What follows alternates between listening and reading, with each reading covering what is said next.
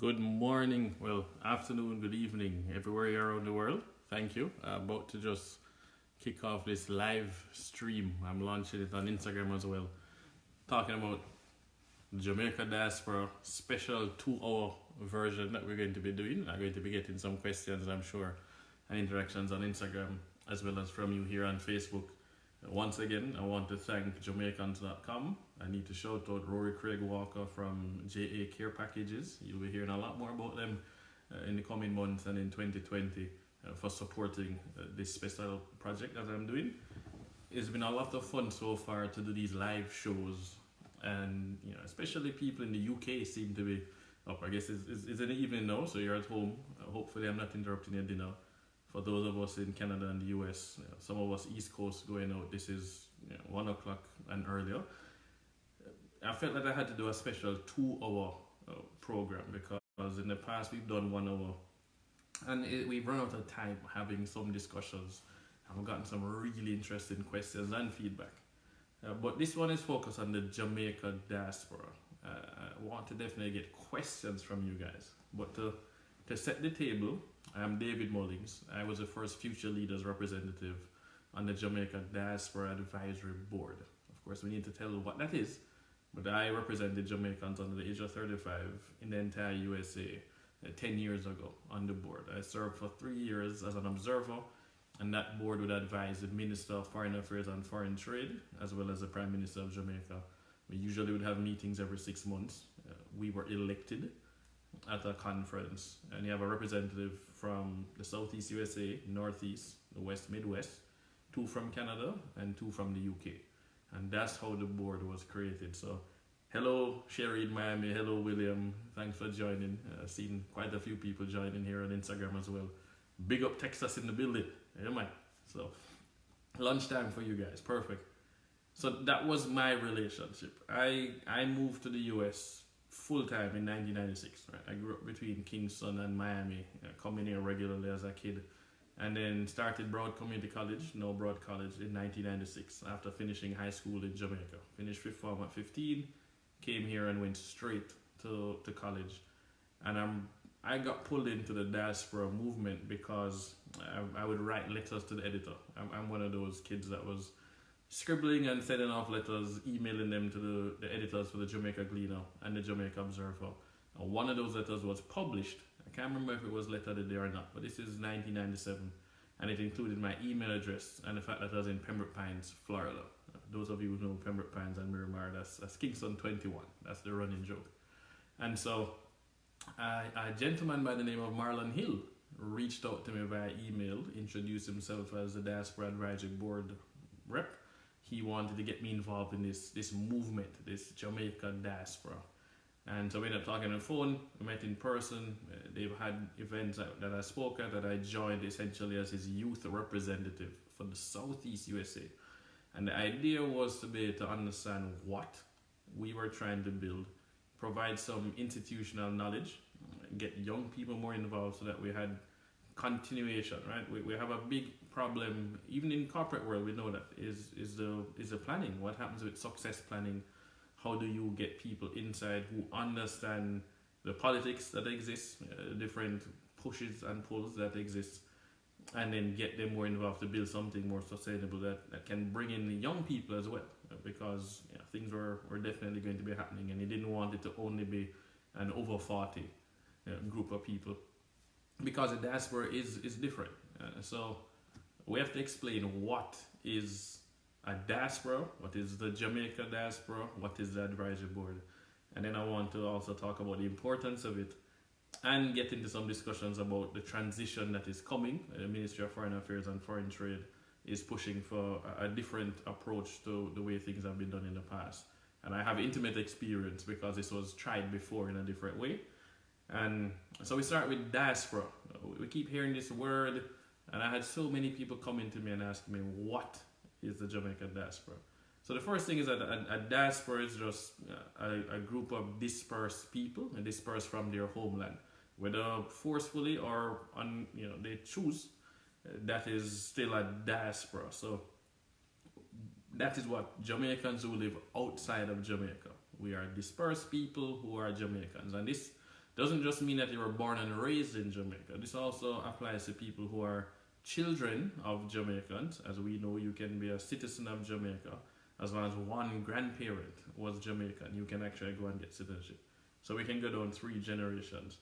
So that is what we consider the diaspora. And then you have friends of Jamaica, and so we like to bring them in, but I don't know if you would classify them directly as Jamaicans in the Jamaican diaspora. But that's what we mean by diaspora and the Jamaican diaspora itself. It is not an organization that you're a member of, right? This is not the Rotary Club that you can join and you pay dues. Certainly not in the United States. Canada had an entity that you could join that was trying to be representative, but it represented the views of their members. The United Kingdom has a formal structure that you can join as well. The United States does not have a national formal structure for the Jamaica diaspora.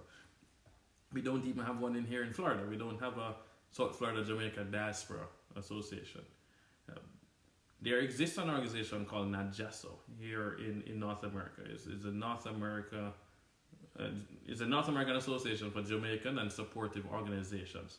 So if you have an alumni association, you have a charity, you tend to join NAJASO. And NAJASO has existed since, I believe, the 1970s. This was created to help represent Jamaican organizations, the people who want to support Jamaica, who give back, especially hurricane relief, supporting schools, education, scholarships, healthcare, sending down equipment, and just having tons of trouble with customs. And so this entity, NAJASO, was actually a vehicle to help solve those problems. But it wasn't focused on policy in general. So you want to talk about crime, that's not really what it was envisioned for. It has transformed, but that existed there. Under a PNP administration in the 90s, they held a diaspora conference in Jamaica. I believe it was at the Jamaica Conference Center. And the idea was spawned to create a Diaspora Advisory Board, right? The DAB, which would have representatives from the 3 largest areas of Jamaicans. And we know where the Jamaicans are based on certainly the remittances that are being sent back, right? $2.2 billion a year right now are being sent by Jamaicans like me abroad back into Jamaica. And the majority, 67% of that money comes from the United States, right? US, UK, Canada. Those are essentially where the population buckets are. Out of that 67% for the United States, roughly 49%, certainly through Western Union, is coming from the tri-state area. So New York, New Jersey, Connecticut. Is amazing how concentrated we are. The next highest is Florida, and that's somewhere in the 19%, 20% range. So it's not complicated for us to know where the Jamaica diaspora really is. We don't know how many. So 2.8 million people in Jamaica. We've estimated 3 million outside of Jamaica, when you include those who were born in Jamaica, their children, and their children.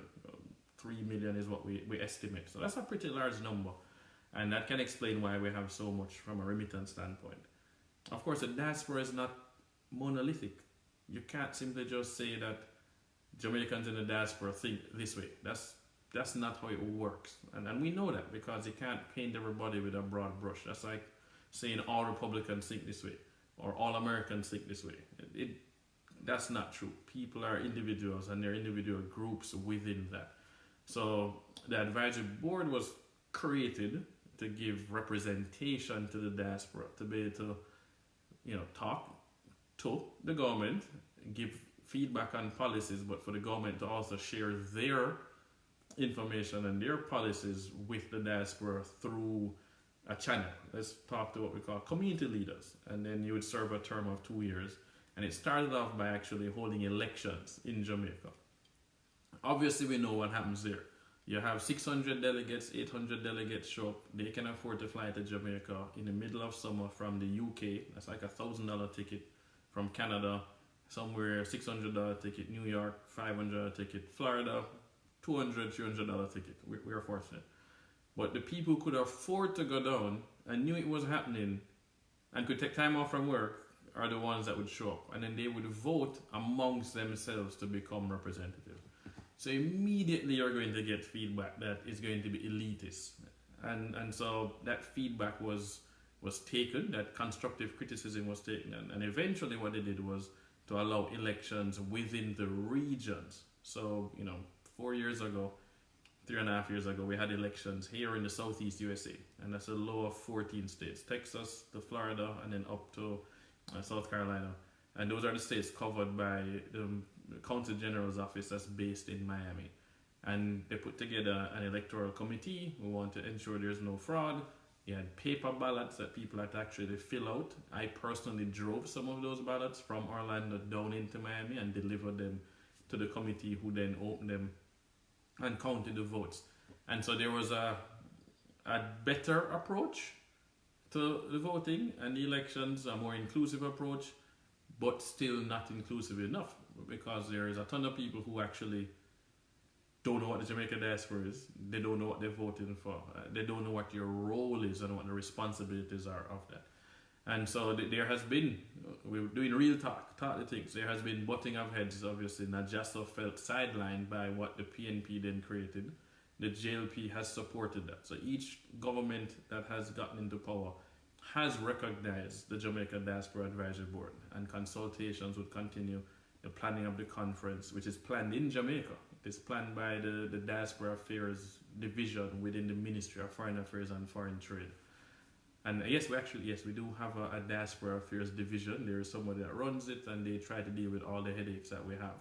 That is, some people actually don't realize that we have that in Jamaica, and we think that that's great. That has to change. 2020 onwards, we actually need to have far more communication about what exists to help Jamaicans who live overseas, whether in Jamaica or who want to do business back into Jamaica, or who want to donate, send things for charity or hurricane relief, support education and healthcare and security.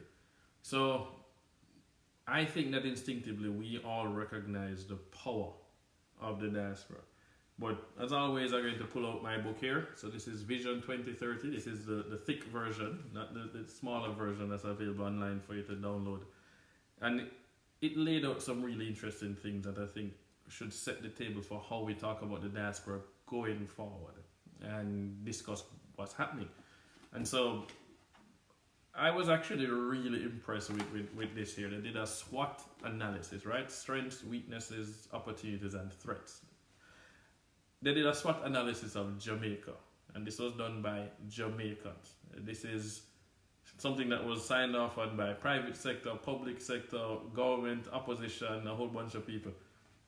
And I'm only going to talk about strengths and weaknesses. The strengths, I think we know these. So it says that we're a diverse and talented people.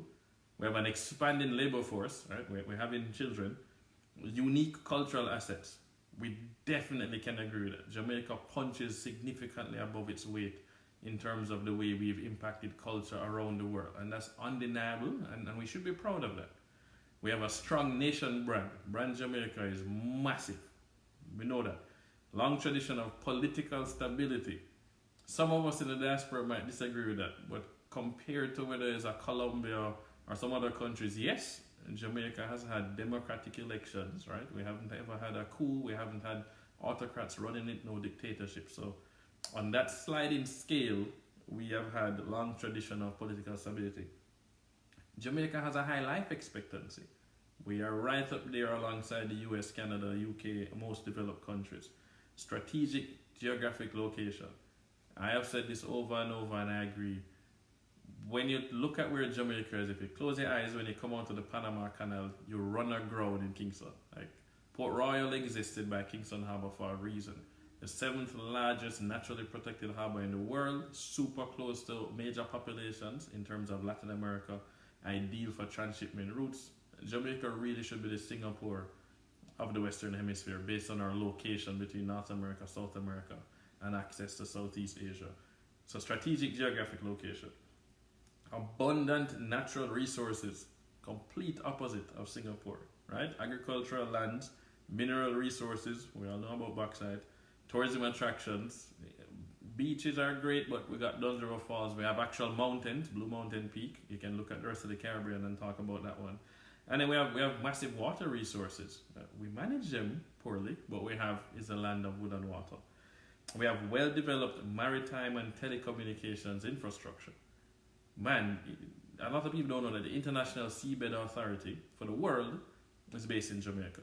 Downtown Kingston is where they are. So that is important to understand. Maritime is major for Jamaica. That's why we see the CMA, CGMs down there and these shipping guys.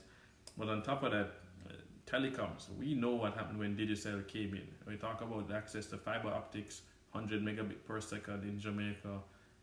We all know people that have 2 cell phones, right? Jamaica has more cell phones than people. So that's great. We have over, I believe it's 117% cell phone penetration. That's great. On top of that now, high mobile phone penetration, internet penetration, available renewable energy resources. We have finally caught on to that. Big up MPC Caribbean, Paradise Park, and what they've been doing with the solar plant that they've launched. And Wigton that the government did and just listed publicly and allowed everybody to buy into. We have hydropower. We need to scale that, but we do have renewable energy. We're known for sun. How can we have Germany have more solar than Jamaica? That makes no sense. That makes absolutely no sense. Don't worry about the hurricanes. Yes, they can design it to not blow away from the hurricanes. You just need to be able to also insure it though. And then we have high levels of biodiversity and endemism. So we have birds that are only found in Jamaica. Let's look at our doctor bird, for example. But we have a ton of animals only found in Jamaica. We have massive biodiversity, so that's great. And then we have a vibrant civil society. Those are strengths. But here where the weaknesses are. And you have to think about it from the standpoint of why are so many Jamaicans leaving, right? 70% of tertiary educated Jamaicans leave Jamaica. 70% of tertiary educated Jamaicans migrate. People migrate if they don't feel like they're being given the opportunity to achieve their full potential. We in the diaspora live here for the reasons of these weaknesses. Some of us would move back. Some of us really want to move back, especially those of you who live in like the really cold. Sorry for you that just got hit by the nor'easter. I've got another Texas. Big up Dr. Baptist from Texas. So these weaknesses, it is important to be able to look at yourself, look at your country as a patriot and recognize your weaknesses. And so the weaknesses list was almost twice as long as the strengths list. It's actually our longest list. And it's going to start with the stuff we all know. Thankfully, one of them is going down. High rate of violent crimes and murders. And this is from like 1998. This is 2002. Like this, we know this has not changed. High rate of violent crimes and murders. Again, Jamaica ranks in the top 10 in terms of murder capitals of the world. We have an issue and we need to deal with it. Resources don't work alone. You can't just be doing state of emergencies. You need actual long-term strategy. And it's not just about locking people up. Number 2, it said a weakness was high debt to GDP ratio. Jamaica had 2 debt defaults and then had to go and sign a deal with the IMF, 5-6 years ago. We brought our debt to GDP ratio down from 147% debt to GDP ratio down to 97. And in the next 3 years, we're going to hit 60. Right? We make Greece look like they don't even know what they're doing. Jamaica is now the case study for how to bring down your debt to GDP ratio. As a small state, median income, Jamaica is not poor, a medium income state that had a high debt overhang. So we're actually working on that one, and you've seen the results. We have relatively low per capita incomes. I talk about this so much because Jamaica has income per capita income in terms of GDP per capita is in the $6,000 range. Well, no, 5,500. 5,500 roughly of GDP per capita. In Latin America, the median is 12,500. If you look at Latin America and the Caribbean, it's 12,500. So Jamaica is less than half of the median GDP per capita in our region. And Jamaica is not just put alongside English-speaking Caribbean countries. We are looked at as LAC, the LAC region, Latin America and Caribbean. We perform very, very poorly. And that translates into low per capita income, whether it's paying your helper, your security guards, civil service, police, fire, doctors. We have a low per capita income. We also have poor student outcomes. You want people to come and invest back into Jamaica. You want foreign companies to be there. You want local companies to hire more people. But that means you need to have good human capital. That's the difference between us and Singapore, or us and Costa Rica, or us and Colombia. You will look at the pass rates for math and English alone. In now CSEC, used to be CXC, we have issues. Hello from Canada, big up Canada. We have issues, right? So, but on top of that, on top of poor student outcomes, low productivity across economic sectors and industries, we have a productivity problem, and we know that. Most countries actually have a productivity problem. So, technology helps to do that, but technology also eliminates some jobs. So we have to work on our productivity growth in Jamaica. We have a high proportion of untrained workforce.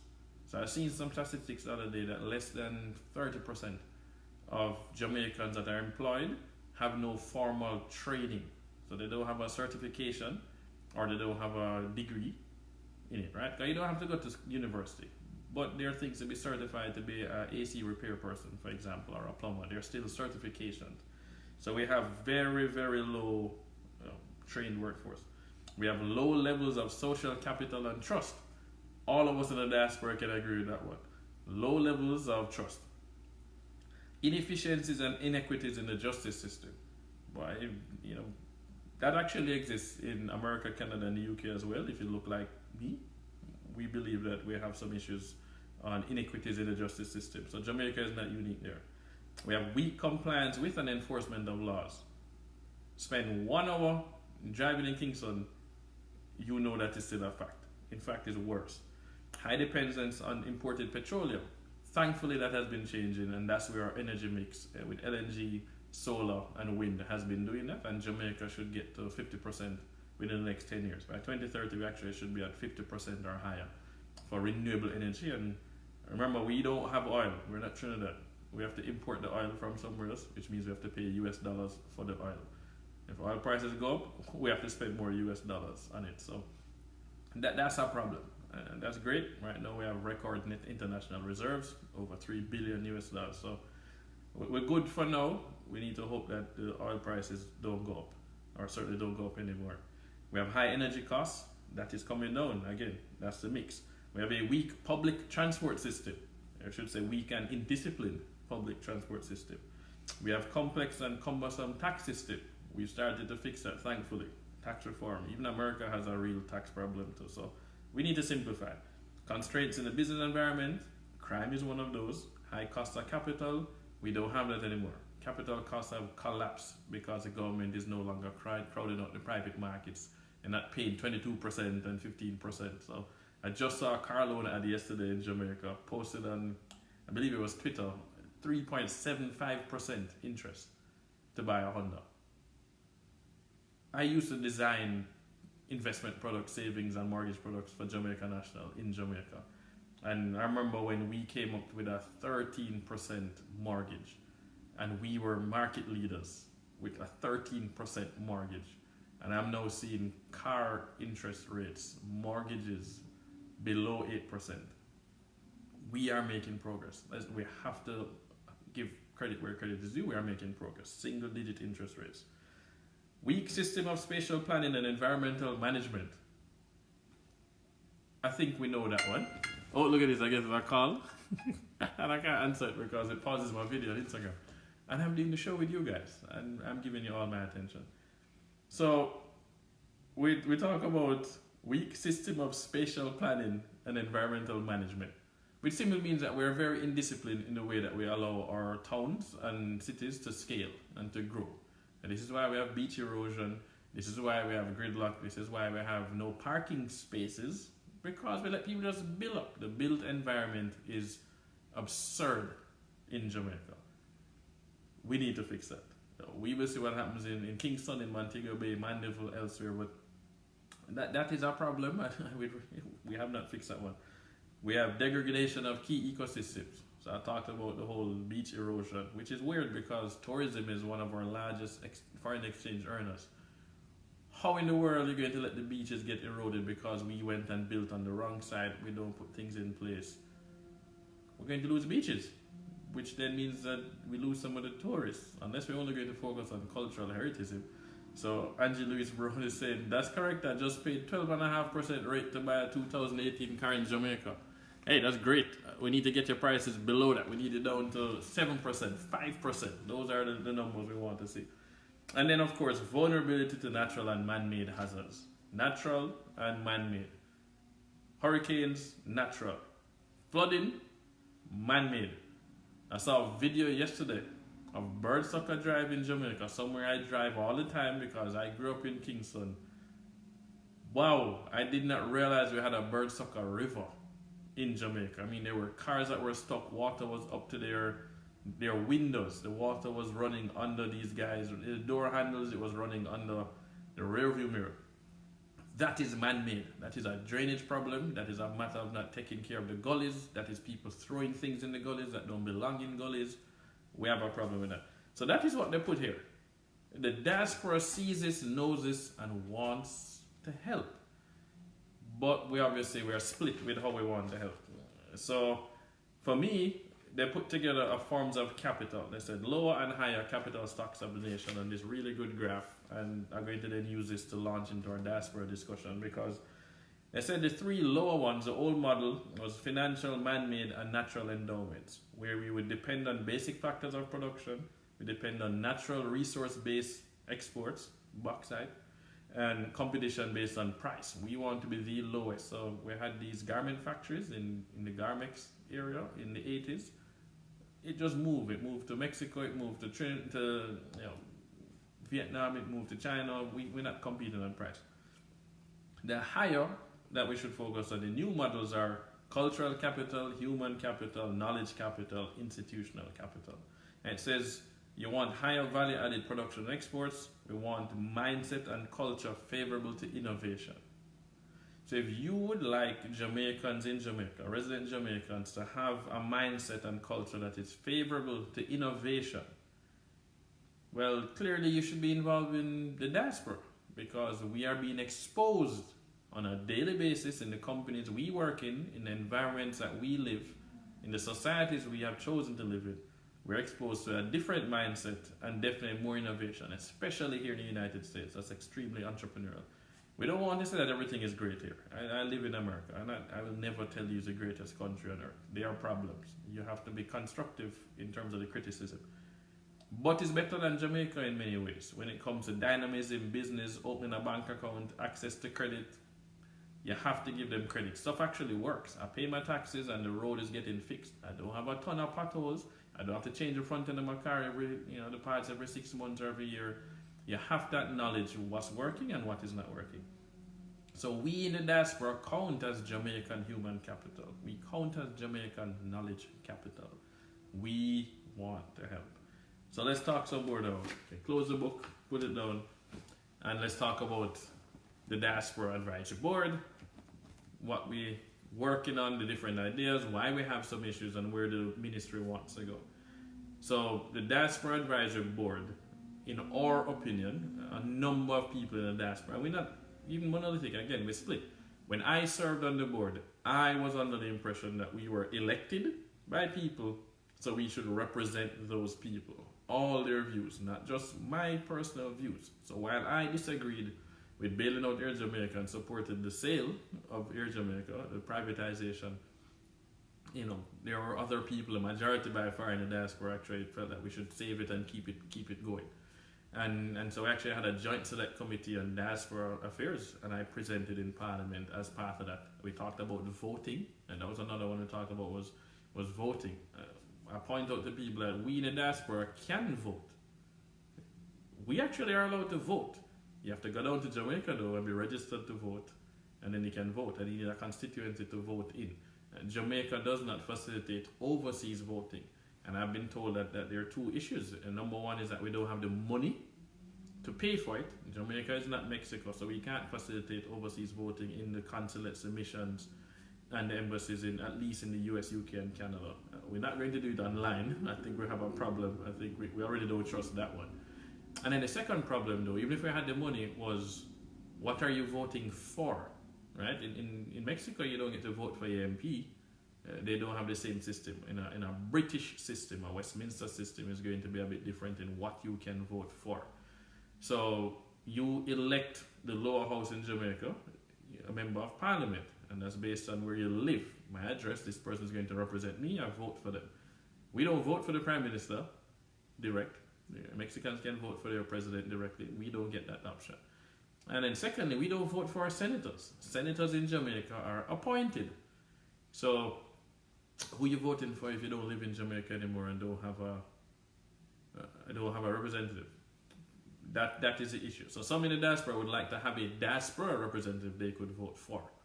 Fair enough. When you think of the Diaspora Advisory Board, I thought that if somebody elects you, then you owe them information and you have to represent their views. We are representatives, similar to a member of parliament or a senator in the United States. There is a disagreement on that. There are people within the diaspora who disagree with that. But most importantly, the government, especially the JLP government, has always disagreed with that interpretation.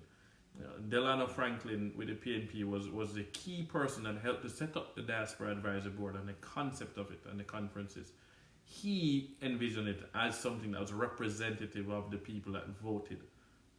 That has now changed. They are not in power. He's not the one calling the shots. The previous foreign ministers, Marlene Malahou Fort, who's now Attorney General of Jamaica, supported the idea that it was not representative. And I sat with her. I mean, we got into a big tiff. I'll be very honest. You can Google it. I mean, we were on radio in Jamaica on Hotline, and we went at each other. It's probably the only time I've ever lost my cool live on air, whether it's TV or radio, because I was livid. I felt that she told some lies. She even called my name in Parliament during her presentation, and I have the document. And so, in my opinion, we had to have a sit down. So I did sit down with her, and we're great friends now. We talk. I love you, Marlene. I see your point of view. I get it. And it was very simple. What she felt was, firstly, every other minister was able to appoint their advisors. They got to choose who would advise them. The Ministry of Foreign Affairs and Foreign Trade is the only ministry in Jamaica that has an advisory board in any capacity that is forced on the minister. So you can understand from their perspective, they don't like having people that they don't know be forced on them. So I get that. I understand that.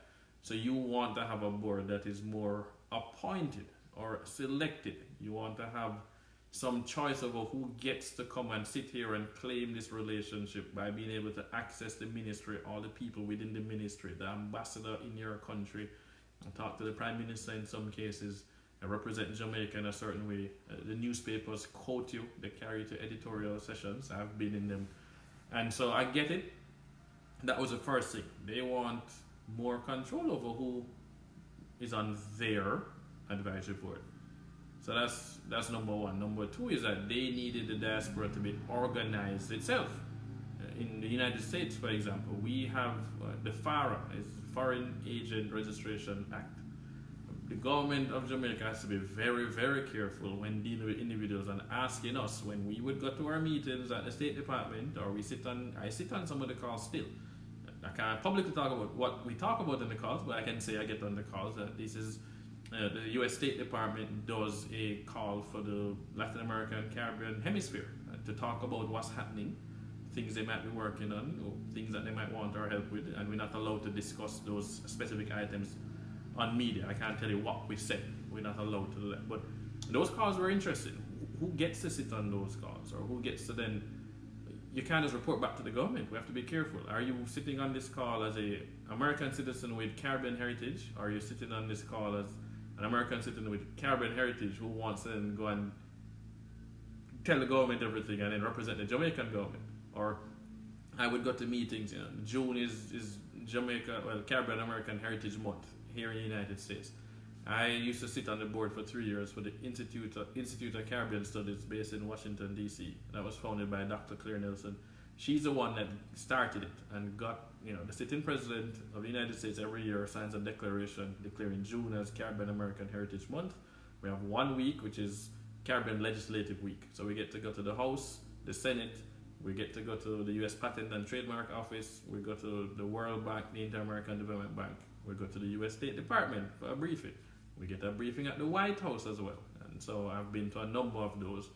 And we have to be very careful in those settings that we are not lobbying or seem to be lobbying the US government on behalf of the Jamaican government. There's a way to do it, a right way and a wrong way. And that's what Paul Manafort actually got locked up for. You get in trouble for this. You get fined, you go to jail for this kind of stuff if you don't register anymore. Like, you used to skirt it, but we need to be careful. So there are issues that the Jamaican government has to be very, very, very careful about. And that's why we need organization, namely in the United States especially. Well, the move has been made to create a global Jamaica Diaspora Leadership Council. That's what we want to do, is to achieve two things. Number one, they wanted to have selection more than anything else. They want more control. And number two, the idea is to be more representative, give some other voices, so it can no longer just be dominated by the US, Canada, and UK.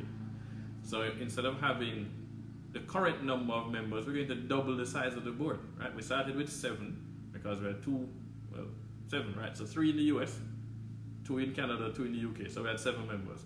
Then we added 3 future leaders representatives, and so that was supposed to become 10, is what the number was supposed to be. Well, we're scaling that now. We're going to double it, and half are elected, and then the other half are selected by the ministry, and they can't come from the US, UK, and Canada. Hello, Veronica, thanks for joining. So they want to create a leadership council that now has people from some other locations, other Caribbean islands. You know, we have Jamaicans in Panama, for example. There's a lot elsewhere. But Jamaicans in parts of Africa, Jamaicans in other European countries, Jamaicans in China, Japan, they would love to be able to have a voice as well. And they can share some additional things that we don't. So I love that we want to add people. We all know that the larger our board gets, the more unwieldy it gets, and the more internal politics and inertia that shows up. So we have some issues there. But that's what they want to do. Selection, though, is a key part. You know, the cynic would say, great, they want to drown out the voices of the elected people. And we're seeing some pushback, certainly in the Northeast USA. We might actually have her join the call. Ask her if I could call later today. And this is Akeelia Lawrence Maitland. Akeelia is the representative on the Diaspora Advisory Board for the Northeast USA. And I actually ran her campaign. I was her campaign manager. 10 years ago, I met Akeelia when we had done Jamaica Diaspora Future Leaders Conference. Our Future Leaders Conference was done at UWI. Special thanks to them. We work with the Jamaica Diaspora Institute. Wow, this is really when he comes to cut the law. So, the Jamaica Diaspora Institute, and we work very closely with the Ministry of Foreign Affairs and Foreign Trade and the JLP government at that time, Prime Minister Bruce Golding, were extremely supportive of us doing a Future Leaders Conference. It was the first time we had Jamaicans under the age of 35 doing their own conference. So only time this happened. In Jamaica, we stayed on campus at UWI. There was people like, Leo Campbell out of the UK, Saffron Jackson and Nathaniel Pete out of the UK, Leo in Canada. I and some others in the US helped to pull this together. Akeelia was one of the attendees. We're aiming to get 700 people, half from outside and half local Jamaican, because we felt that diaspora conferences were simply too one-sided, too diaspora attendee focus with the government talking at us, rather than involving local Jamaicans already doing things on the ground, mixing with the diaspora to find ways to coordinate and support each other. And so we did a different kind of conference. And Akeelia now chose to run, so she's now served a 2-year term. The term will end in start of January. They're supposed to do elections starting, I believe, tomorrow. Actually, they want to, the Ministry of Foreign Affairs would like them to put together their electoral committees in each region, and then commence an election later in November to then install this new council in January. And that's where they're preparing. There is some pushback because, again, there are people in the diaspora who are asking, why am I going to vote for somebody if they don't represent my voice? Because the ministry has sent out a communique last week that specifically said that the diaspora advisor position was never supposed to be a representative position. Most of the sponsors that support the Diaspora Conference, I won't name the companies, but we know who they are, they don't support the idea of representation either. So we have different views of the Jamaica diaspora. We in the diaspora see ourselves as wanting to give back and wanting representation. We see a lot of the weaknesses in Jamaica, right? It's not a perception of corruption. It is corruption. We have a corruption problem in Jamaica, and you have to just admit that. Own it, fix it. Until you recognize you have a problem, you will never fix it. We know that. For those of you who are psychologists and so on here, you know that. You need to recognize you have a problem first, and then you can fix the problem.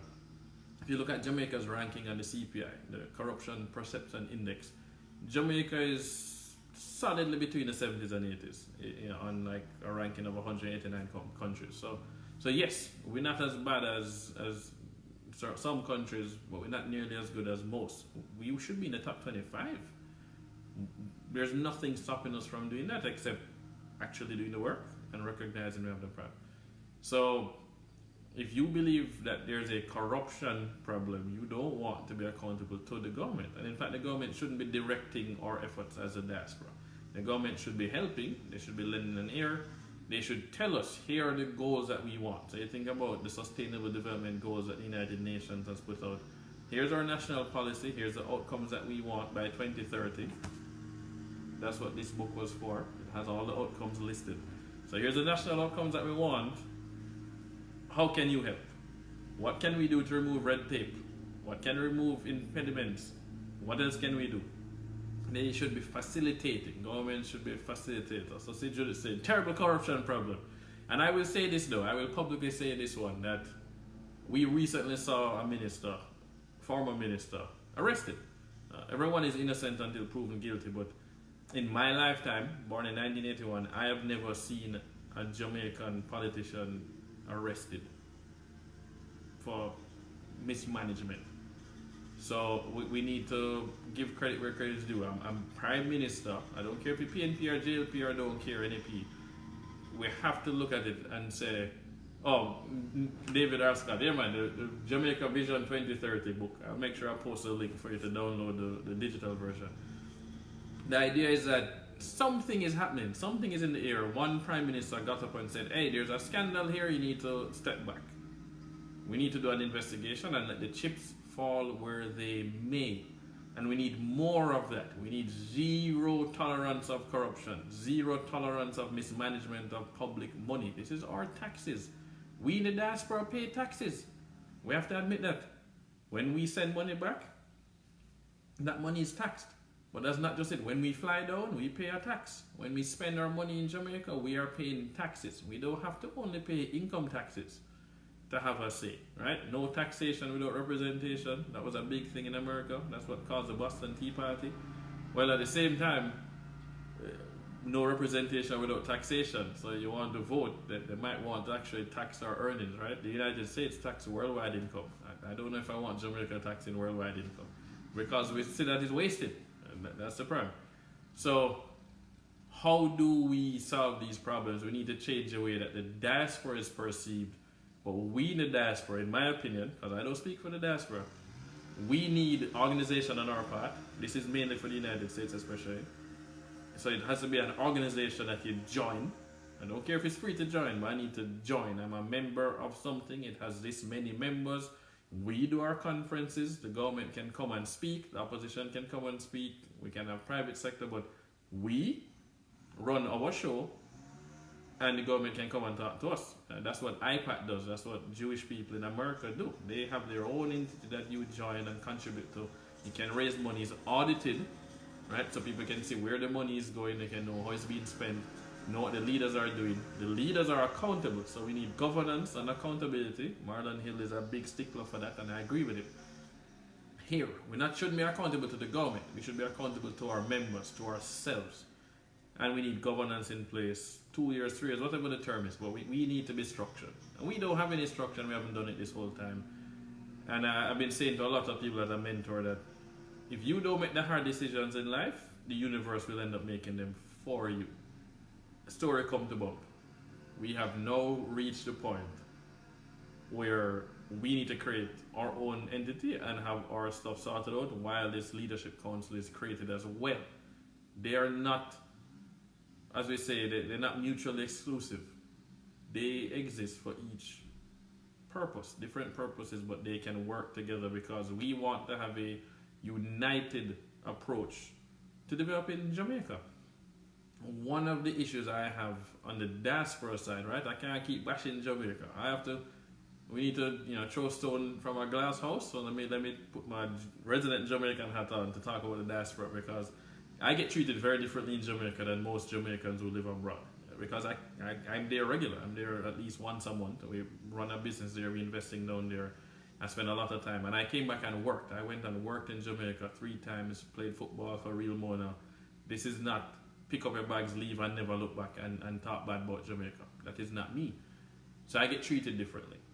In the diaspora, they treat me as very much an overseas Jamaican. And one of the issues I have seen that I think some of us need to work on, I'm not saying all of you have this issue, but some of us have this problem where we think that because we live abroad now, we're exposed to more things, to better things. We think that we're better than resident Jamaicans. We think that we're smarter. We think that we can solve everything. Even if you feel that way, there is an approach that needs to be taken that does not make people feel belittled or feel small or feel dunce. We need to be mindful of the way that we deliver our suggestions, the way that we talk about supporting Jamaica. You state the facts.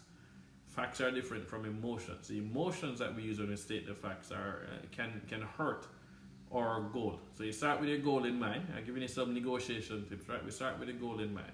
What is the end goal of me interacting with this resident in Jamaica?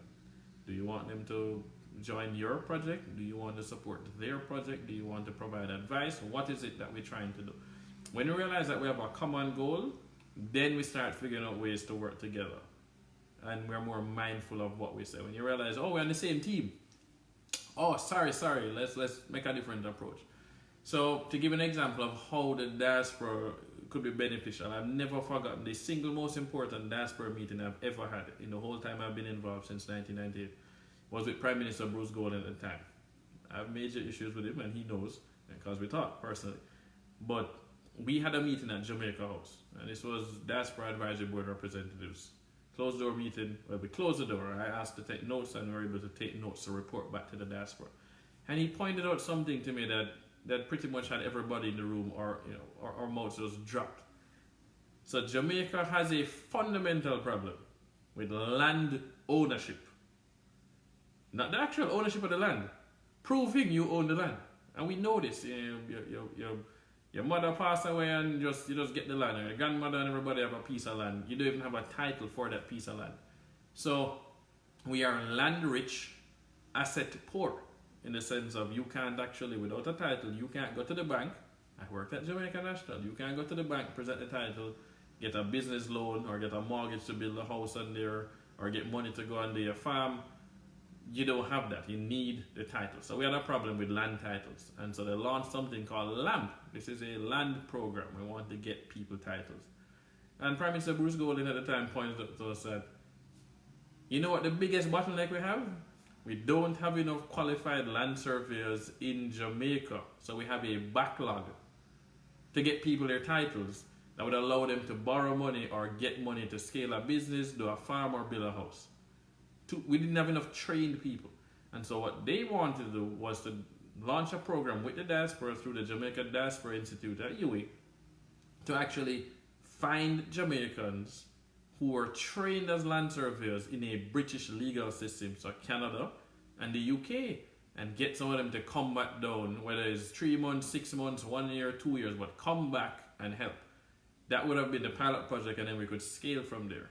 Jamaica Diaspora Institute, Professor Neville actually got money. He was able to secure some grant funding from, I believe it was the Inter-American Development Bank, to build that database. And then they went out and did surveys starting in England. They went to the UK and actually started building a database of 1, Jamaicans in the diaspora. Number 2, they're asking you what your skill sets are. Number 3, what areas you're interested in contributing back to national development. And number 4, are you willing to come back to Jamaica for a period of time to give of your knowledge and your skills? That's brilliant. It's gone by the wayside, but that was brilliant. We have issues that could be solved by involving some more people who would work alongside Jamaicans, right? The Jamaicans on the ground know how things run. They instinctively already know where the bottlenecks are. You can bring somebody from abroad that has some experience dealing in a different system put them together, right? Two heads are better than one. We all raised that way, so we should do that. I see Judith here saying improve housing and jobs in Jamaica. The young people need to plant food for those who have land. It's not easy. Well, yes, we need to improve housing. We want better jobs, but you don't just create jobs out of thin air. So we need to talk about how to do that. I love that you talk about young people planting food. I'm a millennial, and we have to admit that farming is not sexy. We have grown up in this digital world, went from analog to digital. Gen X definitely went from analog to digital. I'm on this cusp. And they don't want to get their hands dirty. And farming is not sexy. So we tend not to think about farming. You look at anywhere in the world, increased urbanization is what's happening. Young people are moving to cities. They see more opportunity there. They see the jobs of the future there. They want to use technology. They want to use new ways of doing things. And farming don't work in a city. Unless now we get into urban farms and vertical farming. There are so many things we could do. If farming was made more sexy, we would have more young people doing that. But we could also show them the business opportunity.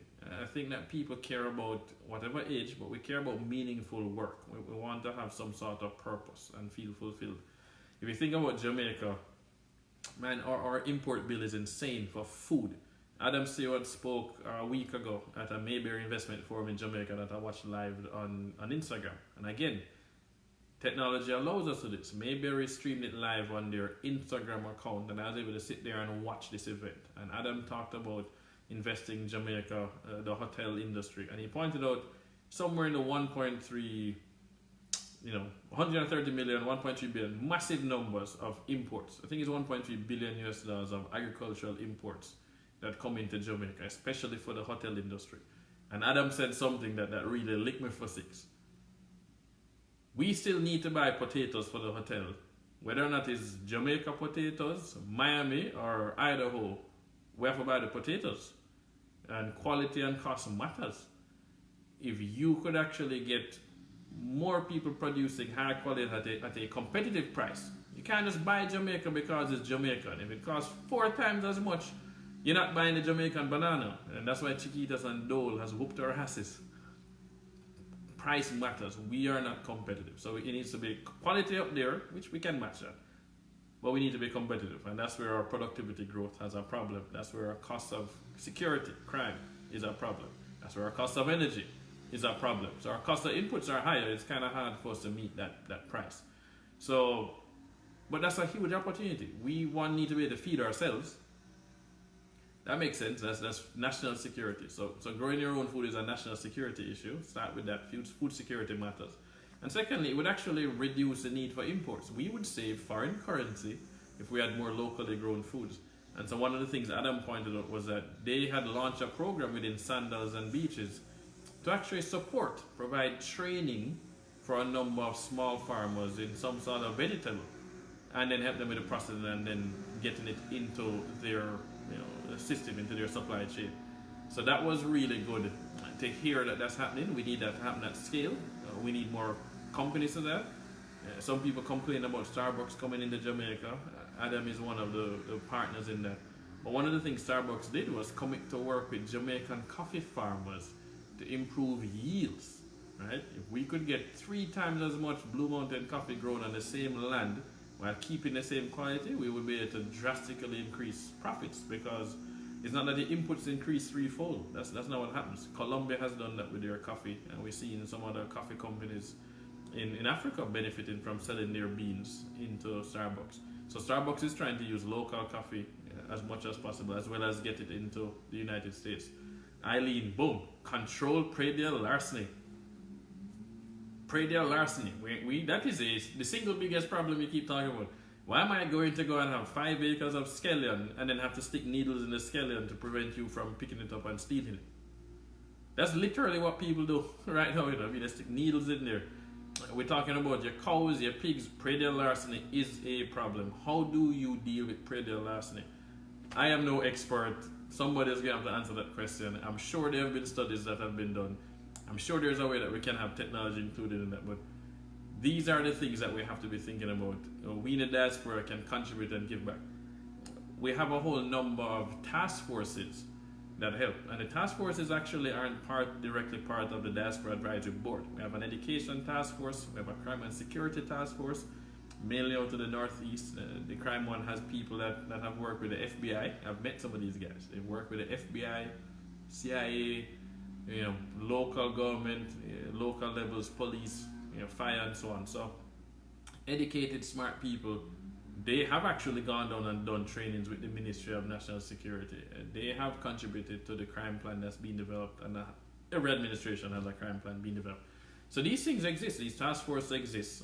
There's a health task force that facilitates equipment being sent down to Jamaica, helping to minimize red tape and giving feedback on things that they've learned in here. And those are mainly made up of health practitioners, so doctors, nurses, and so on. So these things actually exist, they're just quiet. In my opinion, that's unfortunate. We need to be far more vocal about who are the members of these things, what they're doing, and how can we get involved. There's so many of us in the diaspora that want to get involved. And I think that is unfortunate. I was told closed mouths don't get fed. I feel that we've been raised in a culture to keep our mouth shut. We don't talk about needs. We don't say that, hey, I'm having some trouble, or I have an idea, and then you put it out there into the world for somebody to grab it and say, I can help, or I know somebody that can help, or here's something, here's an idea. We need to be more vocal about the non-profit you're running, or the project you're doing, the school you're supporting, the computer lab that you're building. We need more of that to happen. And so there are so many people that want to help. I'll give you a simple example of a project that I'm a part of right now. We have a Caribbean School of Data that's now working in 6 countries in the Caribbean. Jamaica is one of them, Haiti, Dam Rep, and so on. We have a few countries we're working in. Caribbean School of Data is housed at UWI's Mona School of Business and Management in Kingston, right? So this project for the 6 Caribbean countries is based in Jamaica, conceptualized by a Jamaican, based on a pilot project they did in Haiti. The point of the Caribbean School of Data is to train a minimum of 1,500 marginalized youth between the ages of 16 and 24 in data literacy. Not just computer literacy, but data literacy, because data is the new oil. Big up Rory, Red Rory, sending me his message, Jamaica Care Package, right? So, data literacy. Data is the new oil. We want to train these young people so that then they're prepared for jobs of the future, or they could even be entrepreneurs themselves. This is funded by Google. Google's non-profit arm, philanthropic arm, Google.org, committed to fund this for the next 2 years. I am one of the advisory board members. We have quarterly meetings at the University of West Indies at Mona School of Business and Management.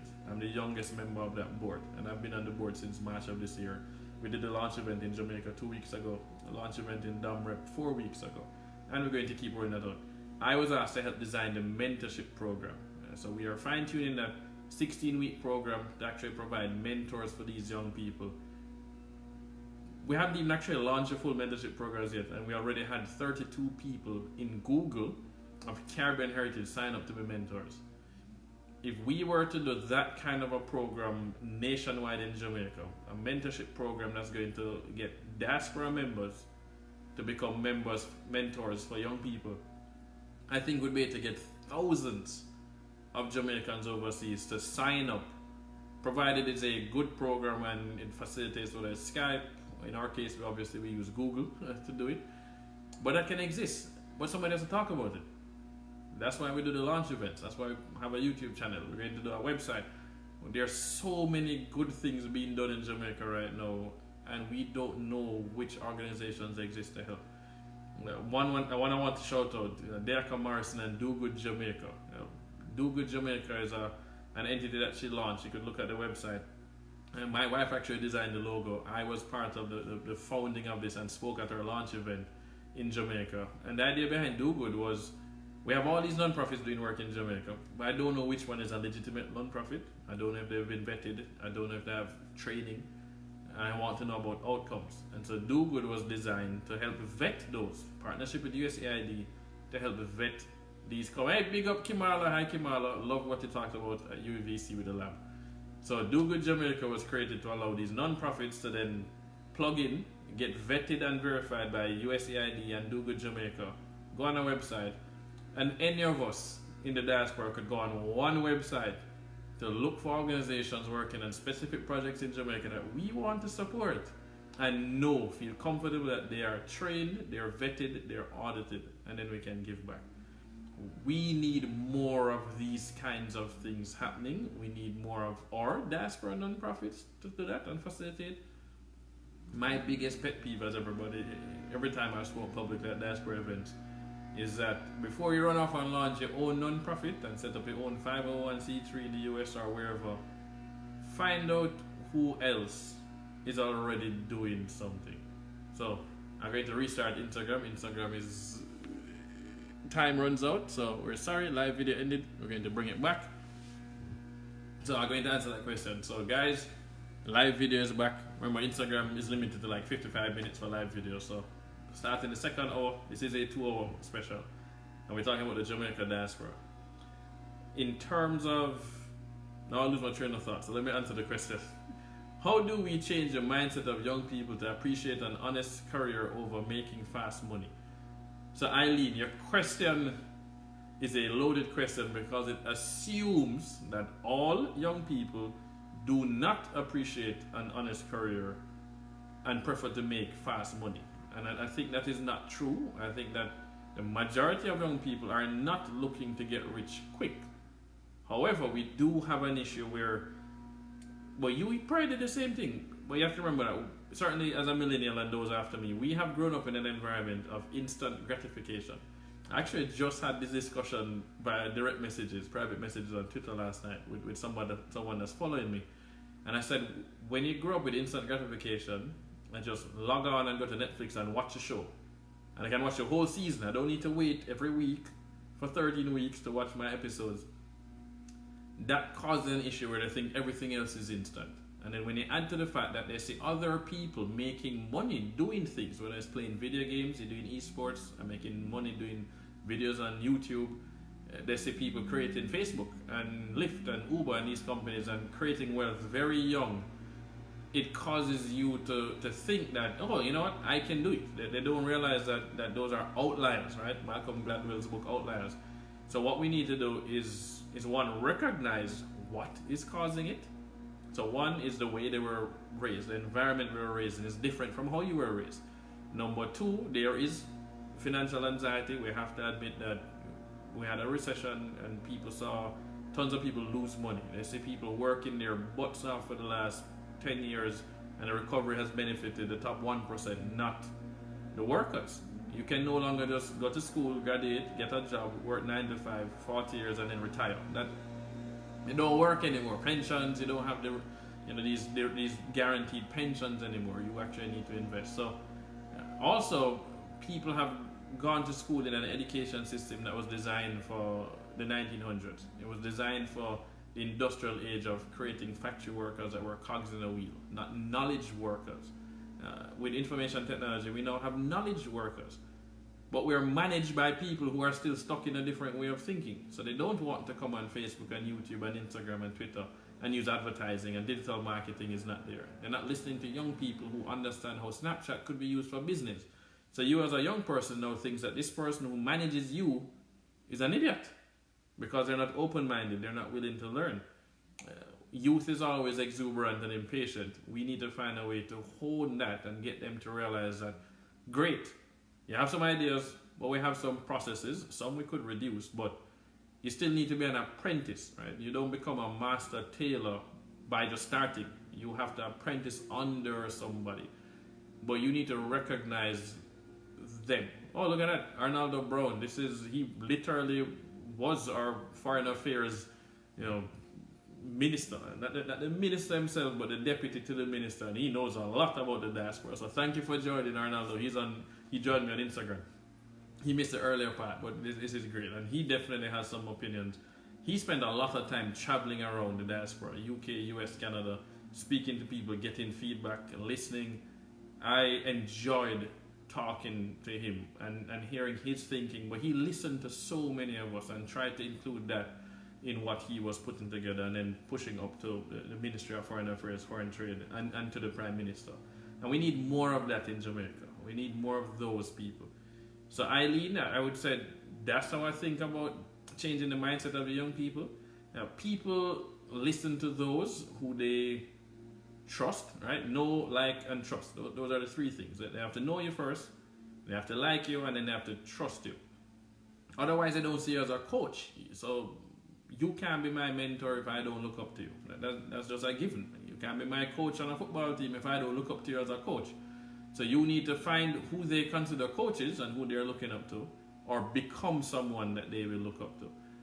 Obviously, in this day and age, young people are looking up to athletes, they're looking up to musicians, and they look up to very wealthy, successful entrepreneurs more than the CEOs of a Fortune 500 company. They're the people who made it by building something. So how do you get those three groups to come on board and support your idea that an honest career is better than making fast money? You have to realize that some of them actually did make fast money. An NBA player gets out of high school and gets drafted, or goes to college and then gets drafted. Get them to come and point out how hard they had to work, so that the young people can understand that it's work you have to put in. This is not easy, and this is the elite of the elite. It is harder, in my opinion, to get into the NBA than to become a multi-millionaire business, because NBA only has 400 players. You don't only have 400 millionaires in the world, but only 400 people each year get an NBA contract. Done. That's it. So which one are you going to pick to work on? Right? If you're going to try and become the next LeBron James, or have LeBron or have one of those guys talk about the work they had to put in. You want to become a professional footballer? Have them listen to a Lionel Messi or Cristiano Ronaldo. If they're Jamaican, obviously they should be listening to Sterling, right? Raheem Sterling. This is not easy. And so I think that is the thing. People see the outcome of success and they don't understand the work that put in is, right? There's an iceberg. I think some of us have seen that on Google. We can Google the image where you have the iceberg, you just see the tip at the top, and that's success, money. And then you don't see all the work that went on below that. I mean, this is failure, this is bankruptcies, owing money, repossessed cars, busting your butt, struggling, can't eat some days. Like, people who have become successful, not inherited, people who create business and become successful and help with job creation, and they go through hell. I know it, because I'm doing it, and I've done it, and I've invested in some of these things and lost the money too. But I think that's a really good question, Eileen, and it's unfortunate because it's harder in Jamaica when you need to realize that we don't have as big an ecosystem for investing. And that is where the diaspora really is going to be important. The diaspora has a tremendous amount of untapped capital. However, Jamaica shouldn't look at us as a piggy bank. And I think a lot of us, the majority of us probably feel that Jamaica sees us as a piggy bank. We want your money. We don't want anything else from you though. We don't want your ideas. We don't want your time. And we definitely don't want your suggestions about dealing with crime and corruption. Right? We don't want your complaints. We don't want your constructive criticism. Just send the money. Just keep sending the money. That is a very, very close-minded way of thinking about the diaspora. The diaspora is a untapped resource, or an improperly tapped resource, because we are looked at as just this piggy bank. And we could be investors. I'm working on a project with Blue Mohawk Capital to try and get us to be far more involved as investors. But I was part of the launch of the Jamaica Venture Capital Program with the Development Bank of Jamaica. They just had me down there speaking 3 weeks ago to their business development organizations, BDOs, that help to train the small businesses and also help these entrepreneurs scale.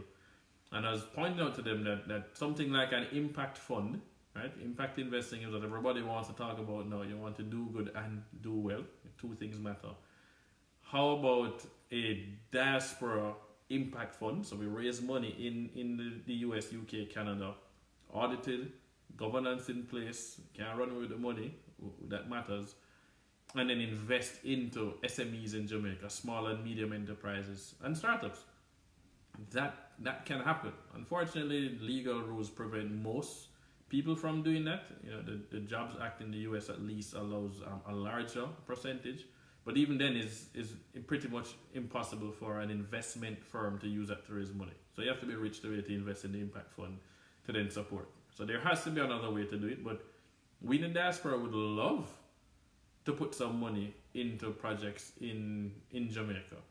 When I worked at Jamaica National, we launched our project. It was delayed still has some issues, but it was called isupportjamaica.com.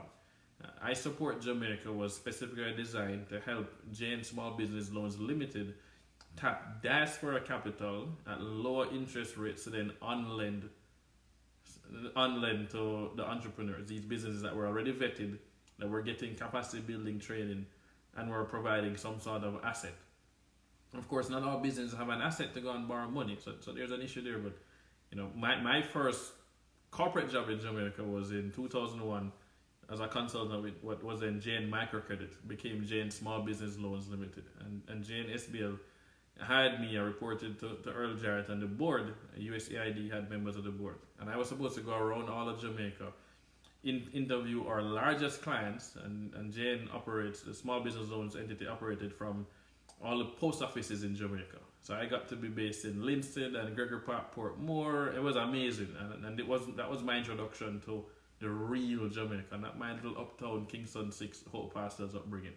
As much as my parents took me out to Carnation Market and so on, this was so much more to live, work in those places day in, day out, and meet these people that back in 2001, the highest loan was 250,000 Jamaican dollars. And we're talking about like a 33-week or something, time to repay, not even 1 year. And I was fascinated to see how Jamaicans turn hand make fashion. It was amazing to see what people were doing, creating jobs, sending their kids to school on what I considered shoestring budgets. And I was supposed to interview them and then collect that information and then present to the board what they would do for the next 5 years to scale the business and support their customers. I think that we could do the same thing now. Right now, actually, the Development Bank of Jamaica had a call for proposal. It was on their website, closed yesterday afternoon at 3 p.m. Jamaica time, so 4 p.m. Eastern. And what they are doing is they're hiring a consultant to come in and spend the next 2 months helping to provide feedback on what SMEs, small and medium enterprises in Jamaica, need to help scale and how to create a fund for these people. So it's a needs analysis, basically. The next thing that they had that they also are putting out a proposal for is for 12 months, and they've been trying this for a few years. They want to create a fund, a venture capital fund, which is really an SME fund in Jamaica. DBJ would put $5 million US in, and they need to get a fund manager that has experience with investing in early stage companies and small businesses to manage the money, and then raise another $5 million to get a $10 million US fund. So that's what today's rate, like 138 million Jamaican dollars. But $10 million US fund, $5 million from DBJ. They're going to spend the next 12 months helping to design the parameters of selecting the fund manager. So we're not ready to go and have the fund managers yet, but they need a technical advisor to help with designing the criteria for the fund. I know that 70% of that money is going to have to be invested in Jamaican companies. 30% can be invested abroad, to any kind of company. And I actually know I've been asked to apply as a fund manager, as I asked in the past as well.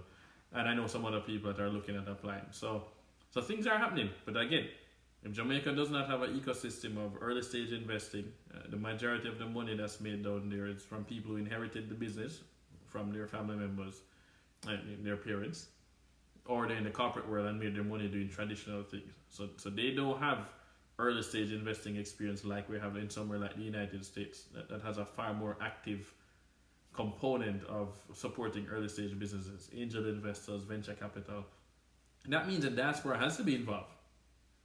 That's exactly where we come in. We are the ones that are more likely to take that risk. We are more likely to help open new markets, because your business cannot only focus on just Jamaica, right?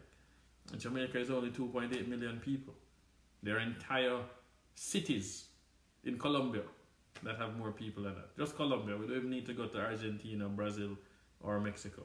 Man, Eileen, I love how active you are. Eileen, nobody on Instagram sending me any messages. So Eileen says, how can the diaspora take advantage of the high rating given the Jamaica Stock Exchange? So now, I love this question because now I get to plug what I do. So for those who don't know this, Eileen is clearly paying attention. Right? Bloomberg ran an article, one in October last year and then January this year, that pointed out that the Jamaica stock market over the last 5 years was the best performing stock market in the world. The world, right? Jamaica we're not just wicked when it comes to sprinting, right? You know, I wear my Olympics jersey. We actually are the best performing stock exchange in 2018, best performing stock exchange for the last 5 years, 233% growth. And the next best performing stock exchange is actually Vietnam, the Ho Chi Minh Index, and they grew at somewhere in the 86% region. So Jamaica blew them out, and then the S&P 500, which is the main market in the US that we look at. We have a problem though. So 6 years ago, January would make 6 years, the Jamaica Stock Exchange, Marlene Street Forest, asked me to present in that year. And I was specifically tasked with presenting about how to get the Jamaica diaspora to invest back into Jamaica. So I went out, I bought a really nice suit because Prime Minister was going to speak, Adam Stewart, Michael Leach, and so dressed up. And I said we have 5 issues that we need to have addressed for Jamaicans to be able to invest in our stock market and then eventually in the private businesses. And number 1, we don't want a diaspora bond. Right? I've written a bunch of articles about diaspora bonds. You can Google them. If you Google David Mullings diaspora bond, it shows up in Jamaica Observer columns I've written. A bond is good for education, for healthcare, for infrastructure. Not for us investing in the stock market or investing in businesses. That won't work. So it has to be private sector led. And number 2 is that it needs to be run by a Jamaican in the diaspora who has experience in finance, who also goes back to Jamaica more often than most of the diaspora members. You cannot know what is happening on the ground with those businesses. You don't know who to do business with and who not to do business with, and understand some of the red tape if you're not visiting down there. And so I felt that you needed to have experience in finance. So this is whether it's private equity, working with a hedge fund, working in the banking institutions, a financial advisor, something, but along or VC, but that. And then the third one was that you needed partners in Jamaica, financial institutions as partners of the diaspora knew and trusted, and that's limited to a few names as we all know. The fourth one though is that it had to be done under US securities law, whether it's UK, US, Canada. People are familiar with investing in a company like an Apple or a Google on the New York Stock Exchange, the NASDAQ. We trust their governance, we like their laws here. We don't live in Jamaica. It's not that the justice system is corrupt. We know that we have a corruption problem. We have a capacity problem. Right? Everything's slow. I mean, we still have people recording stuff on paper. The stenographers is absurd. So we need to modernize our court system. So it couldn't be under the Jamaican system. And then finally, though, it needed to be able to have retail investors, right? Average people. For you to invest in a fund, a hedge fund, a private equity fund, a venture capital fund, you have to be an accredited investor. In the United States, that means that you earn more than $300,000 per year for the last 2 years as filing jointly. Most of us not doing that. As much as in the diaspora, Jamaicans think we're up here making money, we are just like everybody else. Most of us are middle class, living paycheck to paycheck, just trying to save for retirement and find a way to send money back to our families in Jamaica and squeeze in that vacation trip. I think we can relate to that one. So we needed it to be able to have retail investors participate. Well, that doesn't happen right now. You can't just go online with your Charles Schwab account or your TD Ameritrade account or Vanguard or so on, or Royal Bank of Canada, and just buy Jamaican stocks. They're not traded on there. The Jamaica Stock Exchange is switching to the NASDAQ platform next month in November. And so that's going to be good. That's going to be helpful, but it still doesn't just stick our stocks here in the US. So that's, 2 years ago, I was at a conference, an event, and Joe Matalan was there. I know Joe very well. And Joe said to me, I don't want to see in the newspapers working on any new business without coming to me first and giving me a chance to invest. And so I said to Joe, well, hey, I'm working with this hedge fund, but I have some ideas. We met that December. Second person also spoke to me, Chris Williams from Proven. And Chris said to me very clearly, so what happened to this thing you pitched 5 years ago when we were at the stock exchange event? How come you didn't launch it? I said, I wasn't pitching a business for me to launch. I was telling you guys what you needed to do to be able to get us in the diaspora to invest back into Jamaica, but nobody has done it. And so a number of people egged me on to go and actually launch it. One of these people is JMB, asked me to do it. Proven pushed me to go and look at this seriously. Cygnus also supported the idea. Joe Matalan. And no, Michael Leach has actually been my guide and mentor. Albin Hill is key to this as well. So I created Blue Moho Capital. We launched the C Corp this March. But the idea is that we want to give Jamaicans abroad and other investors access to the Jamaican stock market. And then eventually you can scale that. And so it has to be public. So either the company would be taken public, or we could launch a mutual fund, or we could launch an exchange traded fund. And that way anybody could just log on, you got your financial advisor, you could use a Robinhood app and pull up what's called an exchange traded fund, for example, or a stock, and then buy it. $10, $20, whatever. Here is audited. You get statements every quarter. This is how dividends are paid out. It's liquid, so you can sell it when you need to sell it. Big up Paul Sennett for jumping in. Check out his podcast, The Transformation Blueprint. Really good stuff, especially with entrepreneurs in Jamaica and hearing what's happening in the ecosystem. So that's our plan. Blue Moho Capital, we're rolling that out. It's bluemohocapital.com. It's probably going to end up being a sponsor of my live show. I was trying not to be too incestuous, but bluemohocapital.com, and we have videos that are talking about what we're doing. We're going to roll up some more videos about the industries we're looking at and why. We have a really good sit down, about 45 minutes with Michael Leachin. As I said, I've known Mike for 7 years now. He's directly mentoring me on scaling this out. But the goal is to allow US investors, mainly US investors, to be able to just buy a stock that is regulated, that has clear governance, and you can understand what we're doing and then benefit from this market. Because Bloomberg in the same article pointed out that no exchange traded fund has exposure to Jamaican stocks, even though they have exposure to Sri Lanka, Vietnam, and just the most frontier of emerging markets. They mentioned Kazakhstan in there. So if you're exposed to these frontier emerging markets but no Jamaica, that's fascinating. And I've spent some time talking to investors here who manage large pools of funds and say, why? The diaspora wants to get involved. How come you guys don't have stuff that would get people here? We're searching for yield. Interest rates are ridiculous. I mean, we even have negative interest rates in parts of Europe. And this individual, the 60 billion with a B, asset management firm. And I got to talk to the CFO, and he said, well, we don't know the culture. We don't know the companies. We're not visiting there, and you don't get any visibility on Wall Street. That's why they do invest, right? Jamaican companies mostly actually small. If you look at Chipotle, just the company Chipotle, the restaurant in the United States, and look at their market cap versus the Jamaica Stock Exchange. The Jamaica Stock Exchange total is about 4 times the size of just Chipotle. One company. We love thinking about how big we are, but it's tiny. And so there are certain ways to get that done. So I'm working on that. We spent the last year and a half figuring out what structures. We actually have a press release going out today, and the next one next week, Monday. And then we will start our visibility about building this. So I think that the diaspora certainly will have options. I don't want to be the only option. Hopefully we get the ball rolling and get more of us to realize that we could invest down there directly.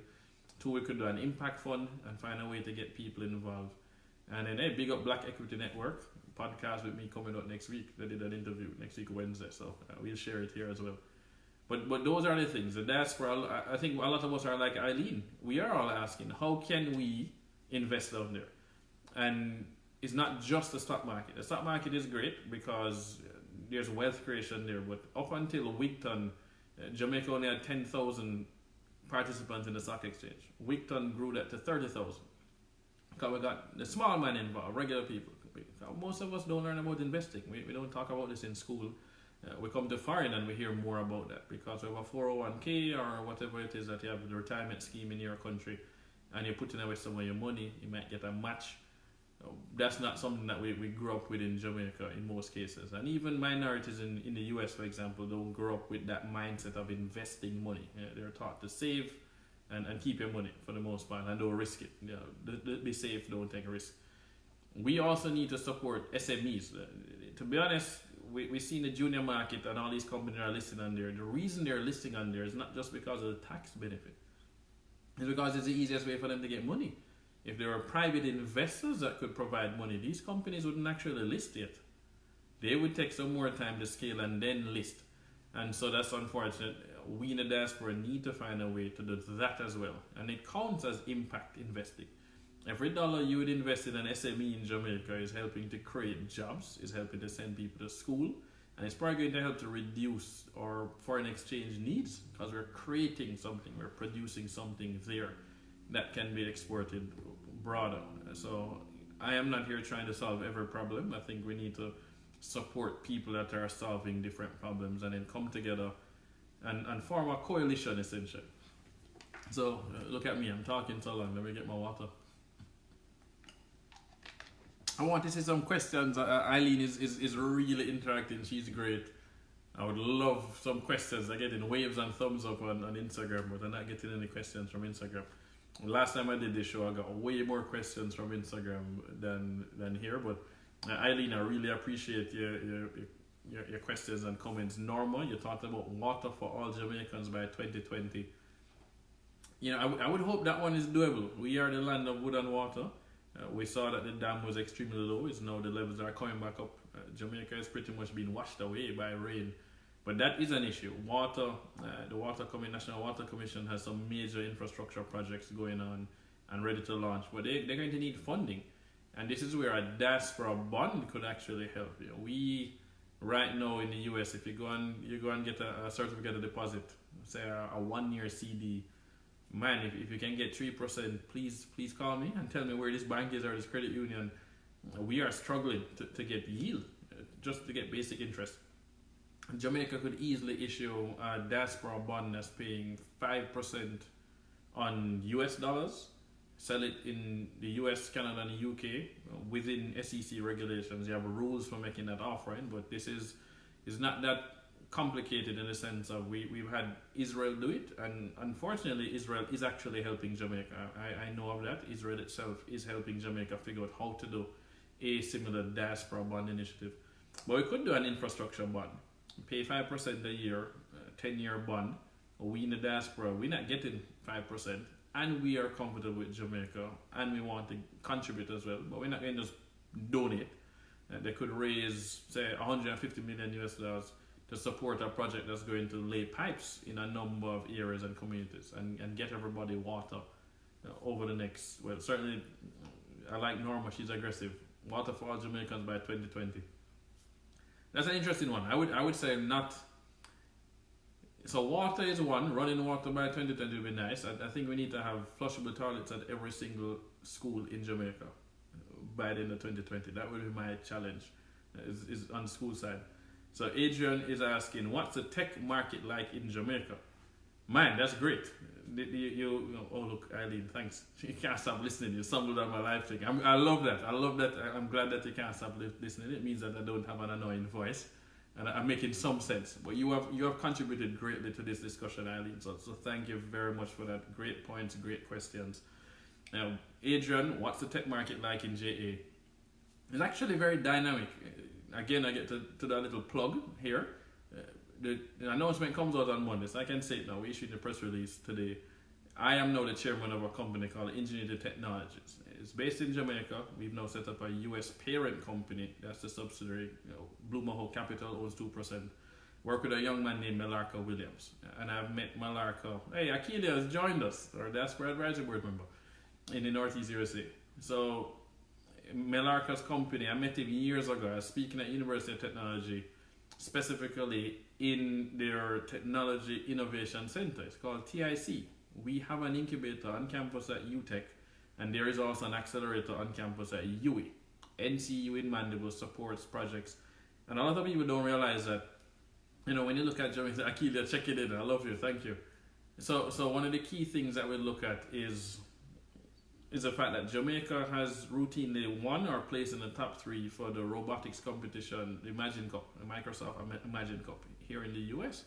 That's not publicized that much. The tech community doesn't realize it. Jamaicans in the diaspora don't realize we're doing that. So we clearly have the aptitude and the talent. We don't have access to the same resources. There's a Jamaican I've met that's out of Silicon Valley. He presented at the Diaspora Conference this past June. He doesn't like his name being called. He's a Woolmers graduate, and he has donated a ton of computers and equipment and training for Woolmers. So they have a robotics and computer lab at Woolmers right there in Kingston, Ajay Kodagis. The interesting thing that he pointed out to me though was that he got very little support from the Jamaican diaspora.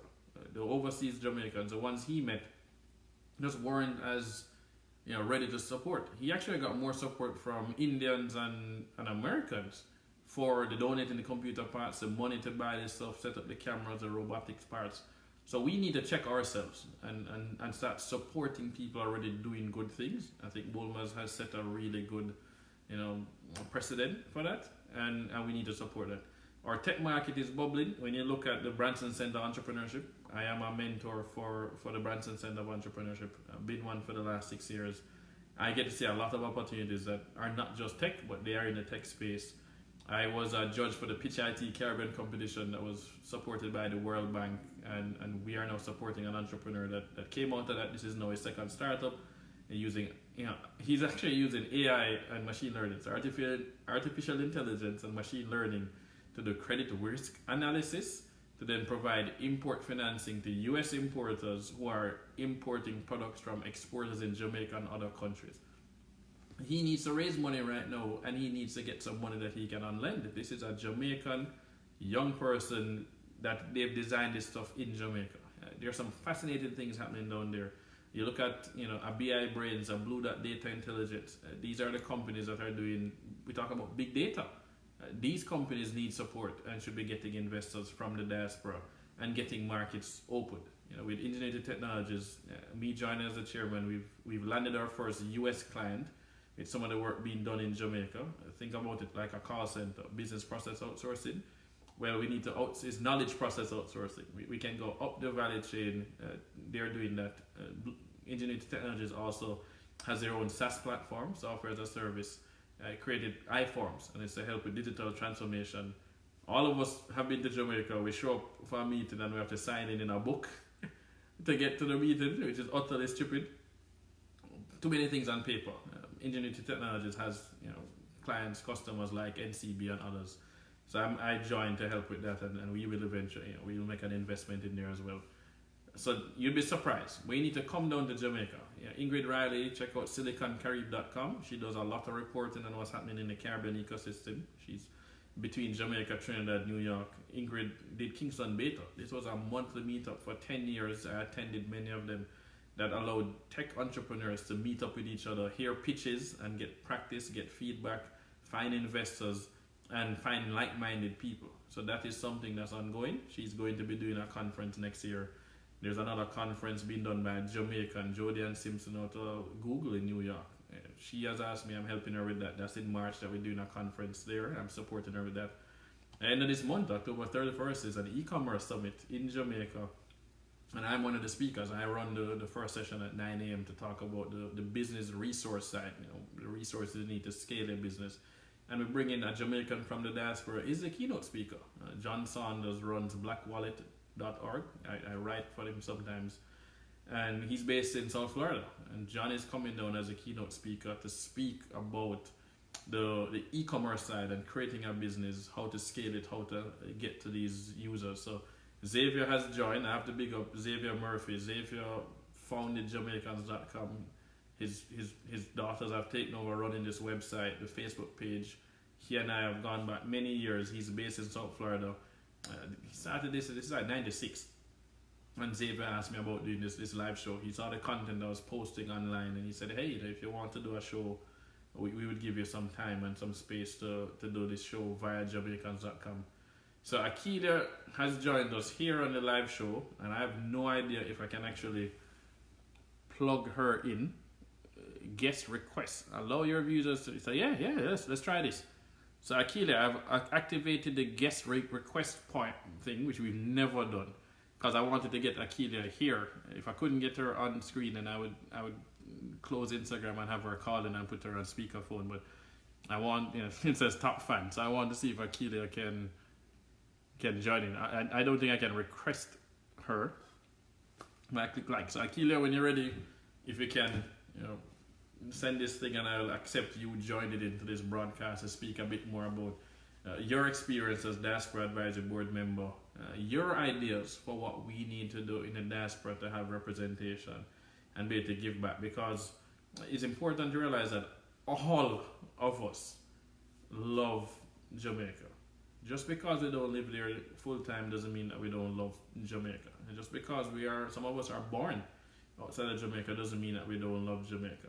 Right? Every criticism that we give is coming from a place of love, not a place of hate. So when we provide constructive criticism, We complain about red tape, we complain about the public transportation, we complain about corruption or governance. It's not because we hate the country. I think people need to recognize it's like your family member, right? When your mom or your dad or your sister or your brother says something to you and criticize you, it's not because they don't like you. It's because they love you so much. They want to see you do better. They want to see you achieve your true potential. And that is how we, the diaspora, think about Jamaica. We have been in these other countries and seen that Jamaica really could be as good as Singapore or better. That Jamaica could be better than Costa Rica. That we should be getting this attention. We know that if we could do what we've done to this point, right? Jamaica got independence in 1962. But we were already on the world stage before that. When you look at Marcus Garvey and what he was able to do, and coming into the United States and influencing people like a Martin Luther King and a Malcolm X, we have to recognize the power that we have and have had, the impact we have had as Jamaicans. You look at whether it's Jimmy Cliff or Bob Marley or Bunny Wailer, I mean, these guys have had massive impact. You look at hip hop and the founding of hip hop in New York. I mean, DJ Kool Herc, this is Jamaicans with their sound systems coming into the projects in the United States and helping to create that toasting which became rapping. U-Roy, these guys, like, we have had an outsized impact on the world. Years ago, UWI had me speak at their UWI Leads program. So this is a program once a year, 400 students to kick off the year. The first year, it's sponsored by NCB. So the first year, Michael Leachin spoke. The second year, they had me as a guest speaker. And I remember I had Dad and my brother in the front row. It's the first time they had seen me speak to that large of an audience. And I started by putting up some pictures, and I showed a photo of one person standing in front of a tank. And this is in China. This is a tank man image. You can Google it. This is Tiananmen Square with people marching, young people protesting, wanting freedom. And these people were singing one song. They were singing a Bob Marley song. Get Up, Stand Up is what these Chinese people were singing when they were marching in Tiananmen Square. Right? If you watch the documentary Rebel Music, or pretty much any Marley documentary, but Rebel Music is a really good one that talks about Bob Marley and the fact that his music, when the records, the LPs were going into places like South Africa, they would take razor blades to slice across the record so that when it played it would skip. They did not want the people facing apartheid and intense racism to hear Bob Marley and the Wailers' music because it was helping to foment this pushback, right? Rise up and be revolutionaries. In Zimbabwe, it's the same thing. Bob Marley was the only international artist that was invited to perform after Zimbabwe. Rhodesia got its freedom from Britain. I mean, they fought for this. They were in the bushes listening to Bob Marley and singing Bob Marley, and they won. You know, unfortunately, we knew what happened with Mugabe over time, but in general, Jamaicans have always been at the forefront of struggle. Our music, you just go back to Haiti. Yes, I remember learning about the Haitian Revolution, doing CXC, Fort Farm, and we learn about Toussaint L'Ouverture, but then we learn about Bookman, Jamaica, right? We have always been a part of that. And so Jamaica is a part of world history. No question. It's not just about our sprinting. Our music, our culture has infected so many people. Anywhere you go in the world, you're going to bring up Usain Bolt, Shelley and Fraser. We're going to talk about Bob Marley, talk about our weed, talk about our beaches. These things matter. They're bringing up Shaggy and Sean Paul. We have some amazing ambassadors who have done a really good job flying the flag high. We in the diaspora need to continue being positive ambassadors. Even if you don't want to be an ambassador, you are. The minute you open your mouth and people hear that accent, you know how it goes. Oh man, I love your accent, right? And then they talk about Jamaica. They don't see us as just these minorities. They know someone has been to Jamaica or they've been to Jamaica. They listen to reggae music. They know the hip hop that's been influenced by it. We are supposed to be so much higher than where we've been as a country. And it pains me personally. I don't get it. I don't understand. And I would like my legacy is to try and help change that. We need to be 5x where we are today. I think it's unfortunate. It was funny to me when I sat down with Michael Leachin in June and Mike and I did the video. And he pointed out that if you look at Jamaica versus Cayman, remember Cayman used to be controlled by Jamaica. Before independence, it was one. It was Jamaica and the Cayman Islands. And then we chose for independence, and Cayman chose to stay a British protectorate. And you can see the difference in incomes after that. Unfortunately, that says a lot about parental support. I would think it's called parental supervision. So we took the freedom. We didn't nearly accomplish what we should have. Cayman didn't get freedom, and they blew up and did their thing. Take a house in Jamaica, stick it in Cayman. The same house, same size, same property, is worth 5 times as much. If you take a house in Jamaica, the average house, and stick it in Cayman, it is worth 5 times as much. Same house, same building materials. Location is what matters. Your environment, your governance, your economy, your people, those things are what help to create wealth. Which means that we need to have low crime. That's where it starts. But how do you get low crime? It's not just about locking people up. America has 40% of all the criminals that are locked up in the world. Clearly, that's not the way to solve crime. We need to do a lot more than that. It's about access to opportunity, which means we need to invest in the things that people need to get opportunity. So education is expensive. Student loans are hard to get and expensive in Jamaica. So we need to solve that problem. So access to education is a key problem we need to deal with. We need parental support. It starts at home and then school. People spend more time at school than home. We're not getting enough support and training. So that is something that we have to talk about, home and school. We need support in the education system.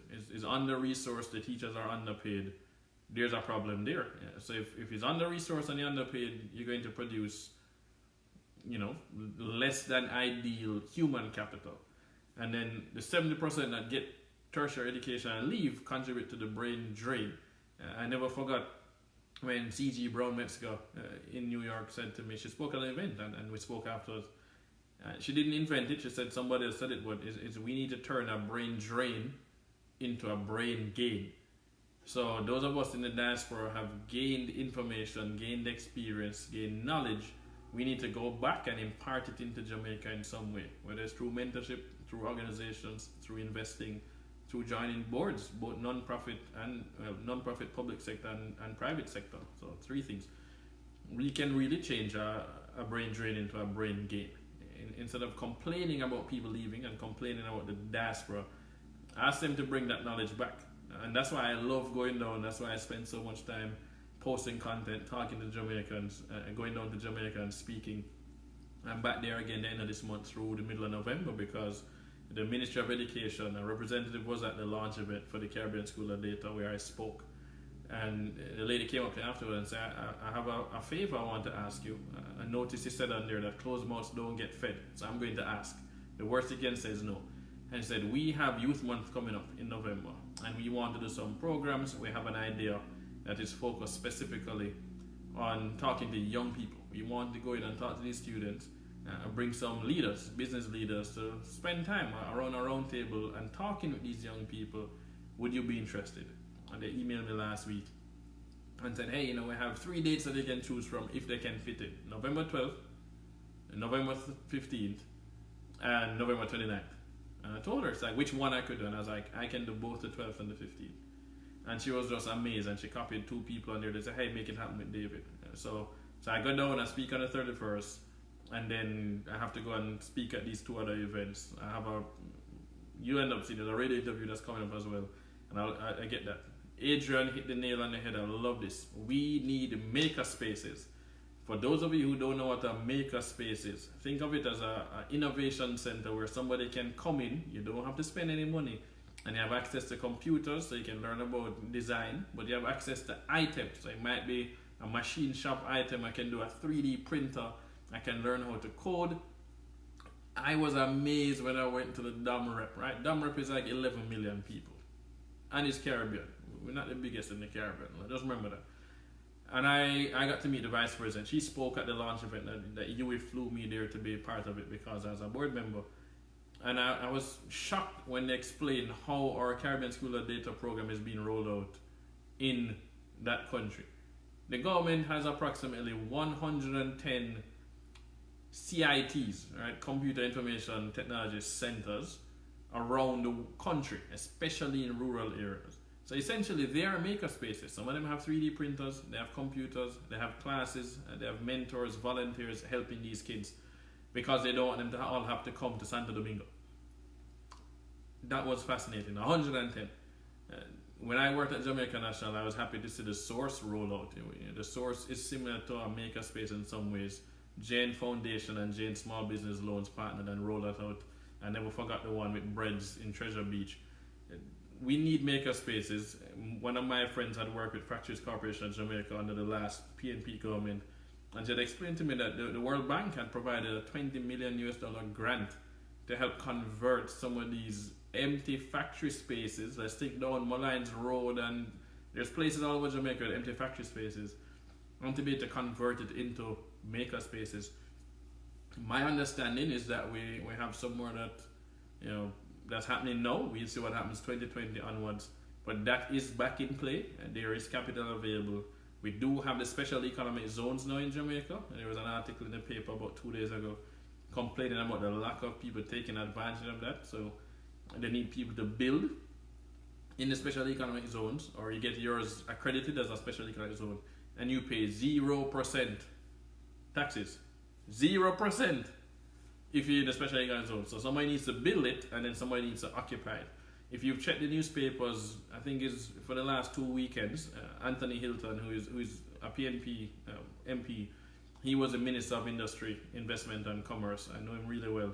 Anthony has written a number of articles about how special economic zones would benefit the small man and how we could get involved. We Jamaicans in general, anywhere in the world. I think that gives a really, really good breakdown of what you could do. And I do agree that a Makerspace would be great. If we had a Makerspace, start with a few in Kingston, definitely Mandeville. You can carry it out to some lesser reach places like a Port Maria that we don't tend to think about these other places. It can't just be Montego Bay and Kingston, or Montego Bay, Mandeville, Kingston. We actually need to be going to secondary locations. So we need to be thinking about a Savlamar and a Port Maria. So we get into St. Mary. I mean, you look at, St. Thomas, Jesus, man, just Morant Bay. You want to look at obviously Port Antonio. I think we have a number of places. My mom is from Chapelton, so we need to go out to Clarendon. But those locations have a Makerspace. It would be amazing. When I was preparing for this and thinking through what I was going to talk about 2 days ago, I had a dream, and I promised myself I would say it. And it's like, okay, so Albert Einstein became who he was and contributed. This is a guy that had dyslexia and wasn't good at math within his education system, but was able to overcome that, and then ended up coming to the United States. They had the war, and he blossomed, right? He started in Germany, blossomed over here. Started blossoming in Germany, but really came to the fore here.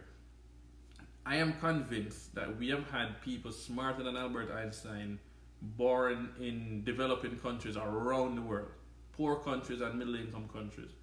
And because they've not had access to the same resources or the same mindset and the same culture, they have not been able to realize their potential. How many Albert Einsteins have we had? And because of lack of resources, they haven't accomplished it, right? You talk about a Bill Gates, a Steve Jobs, a Mark Zuckerberg, any of these guys, they were able to do that because of where they are. You look at Elon Musk and what he did. Elon left South Africa and came to the US because he had read that they were more dynamic and entrepreneurial and had a supportive ecosystem. He became who he became because he came here. The guys that invented Google, you look at Sergey Brin. Sergey Brin is a Russian. He left Russia and came to the US. Pierre Armediah, eBay.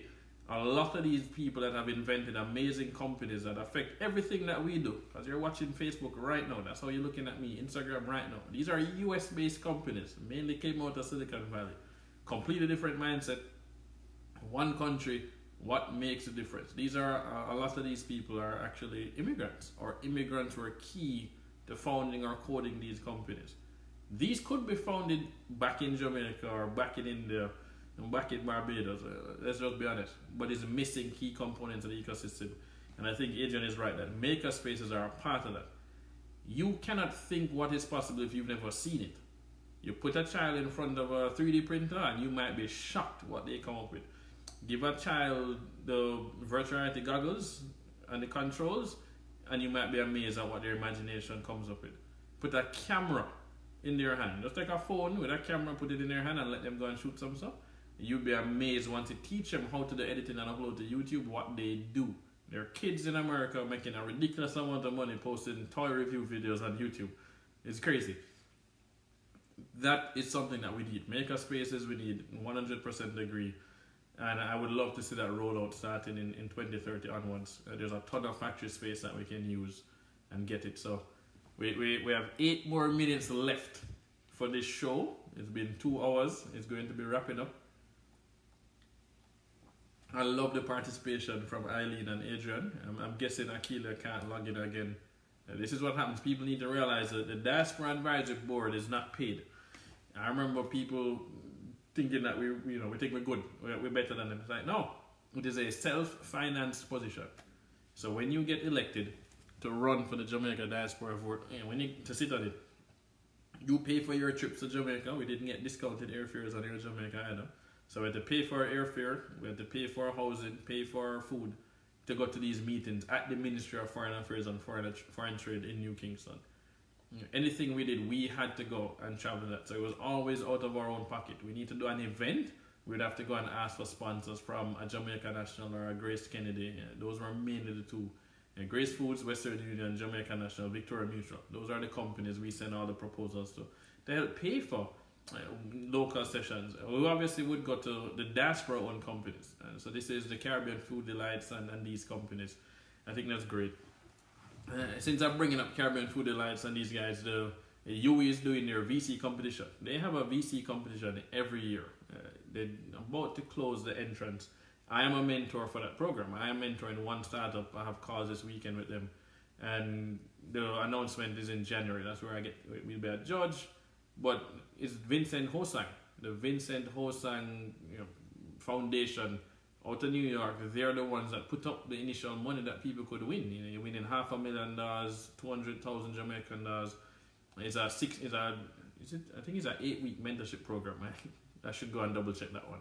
But this is a diaspora business that has done really well. Everybody in the Northeast knows them.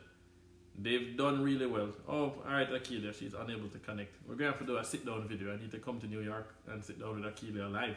We should do that. So, Island Ford live in New York. Let's take it on tour. Let's get Caribbean Delights, Caribbean Food Delights to sponsor it, and JA Care Packages, and Victoria Mutual, Grace Kennedy, Western Union, Jamaica National, and Blue Moho Capital. Oh, look at this. Akilia wants to be in a video. It popped up. I didn't hear this.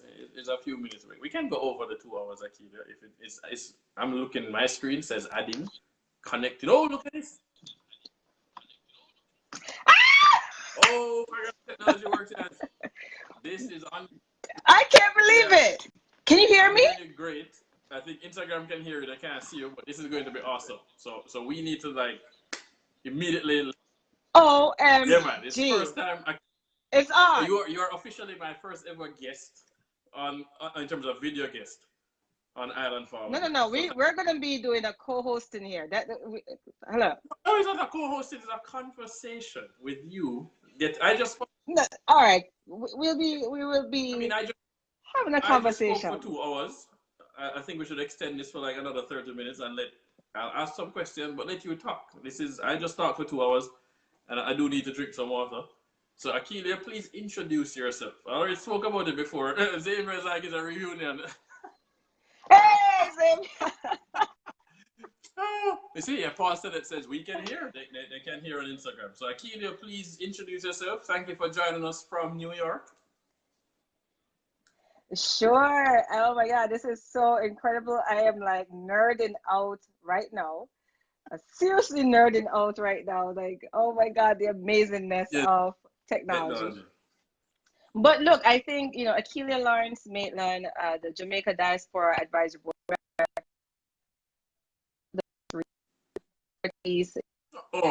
New York, Connecticut. David had to do it. I don't, you Southerners over there. But, what I love about and why I'm nerding out about the technology is that this shows how we need to leverage technology in our work with Jamaica and nation building, that it's not complicated. We can make this happen. Yep, no, and I agree with that. So we're getting a little stutter because we're talking about technology. This always happens, Akita. The minute they start praising technology, technology doesn't want to work. So you can't praise the technology anymore. Good points, though. Technical difficulties. I do see it's getting a little temperamental. I do see it's temperamental. But, you know, look, I think about listening to you show, by the way. I love the conversation. And one of the things that come to mind for me is my own vision about us in the diaspora. That, you know, when you say diaspora, there's this distinction, right? Those in Jamaica and those over here. Versus the real strategy for Jamaica is to think about how do you make sure that every Jamaican, regardless of where they are in the world, are full-fledged Jamaican citizens. I see someone say we're losing. Yeah, well, yes, and I was going to say, I'll repeat just in case, as what Adrian says, that some of it was dropping when you were saying, but I like what you were saying in the sense of we shouldn't be talking about us and them. So resident Jamaicans or diaspora and resident Jamaicans, we really should be talking about one Jamaica, a united front, is what you're saying? Yes. A global, you know, I know that other countries allow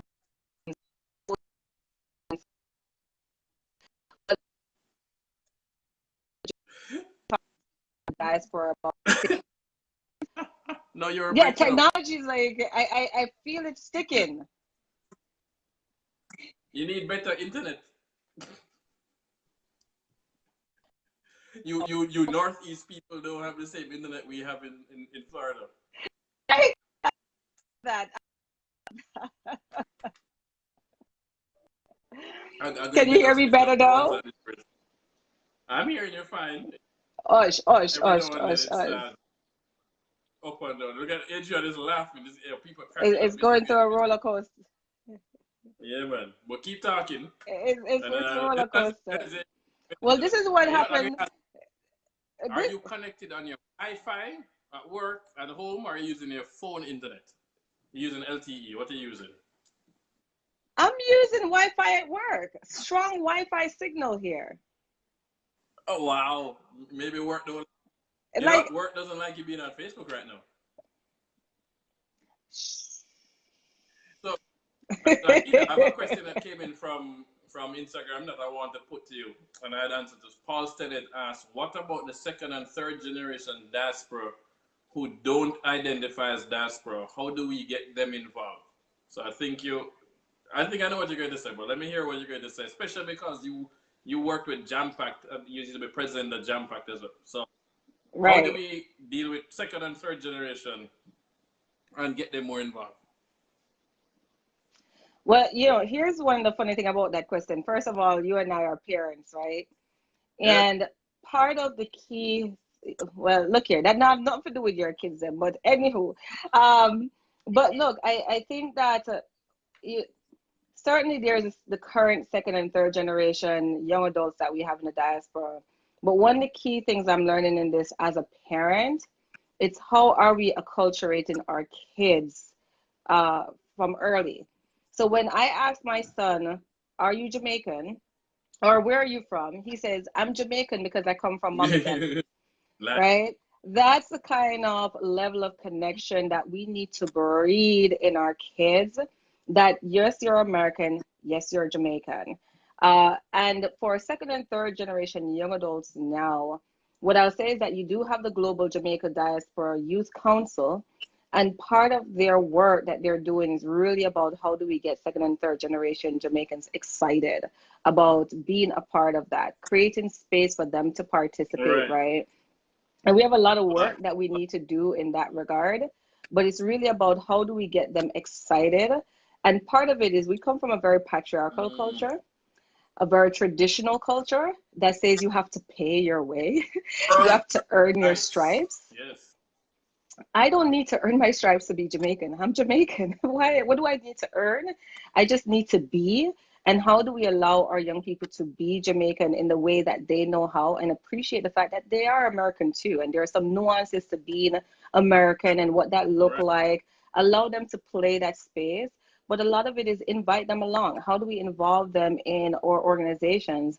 And not say, oh, you have to wait to be on the board. You haven't earned your stripes. You haven't participated. These are young people that are doing their thing very early out, right?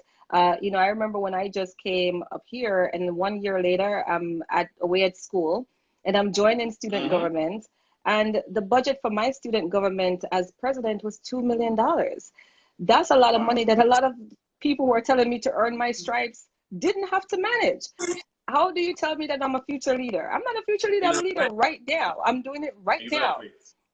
So, you know, I think we have to appreciate what our second and third generation, who they are as Americans and what that means, and how do we help them bridge who and what they are into being Jamaican, right? Into this new piece of being Jamaican. And the challenge for any leadership, you talk about governance as a country, the challenge for any leadership, the true, real global leader for Jamaicans is the person that appreciates the nuances of who we are in our different spaces. Whether you're in Jamaica, Canada, UK, we're Jamaicans, but we have some distinctions because of the various spaces that we're in. But we have to get our second and third generation excited and let them know, look, you're Jamaican. What do you have to bring to the table? From a technical standpoint, we also need to encourage more for our second and third generation to become Jamaican citizens. Go to your local consulate and sign up to be a citizen. You know, you are entitled to that opportunity. Go take advantage of it. It's really cool, first and foremost, to be able to bear 2 passports. And in some countries, it might be better that you carry your Jamaican passport. So here in our consulate, you mentioned the youth council, the global diaspora one.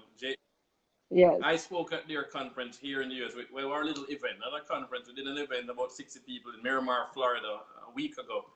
And I love that you bring up the citizenship part, because our Consul General, Oliver Meir, was there. And what CG Meir pointed out was that they had just done a swearing-in ceremony like a week before. They rented out a and they had like 30 people come and swear into the Jamaica flag, sing the anthem, get their papers, and they're going to do another one in January. And they want to be doing that across the Southeast USA. So I think Charmaine Miller is a great point, and Akila, you hit the nail on the head that, yeah, make sure your kids get that passport as well. It does help them to feel more in tune as Jamaicans. Yes. And I'm going to tell you something, David. I tell you something and we have to be mindful of how we qualify second and third generation.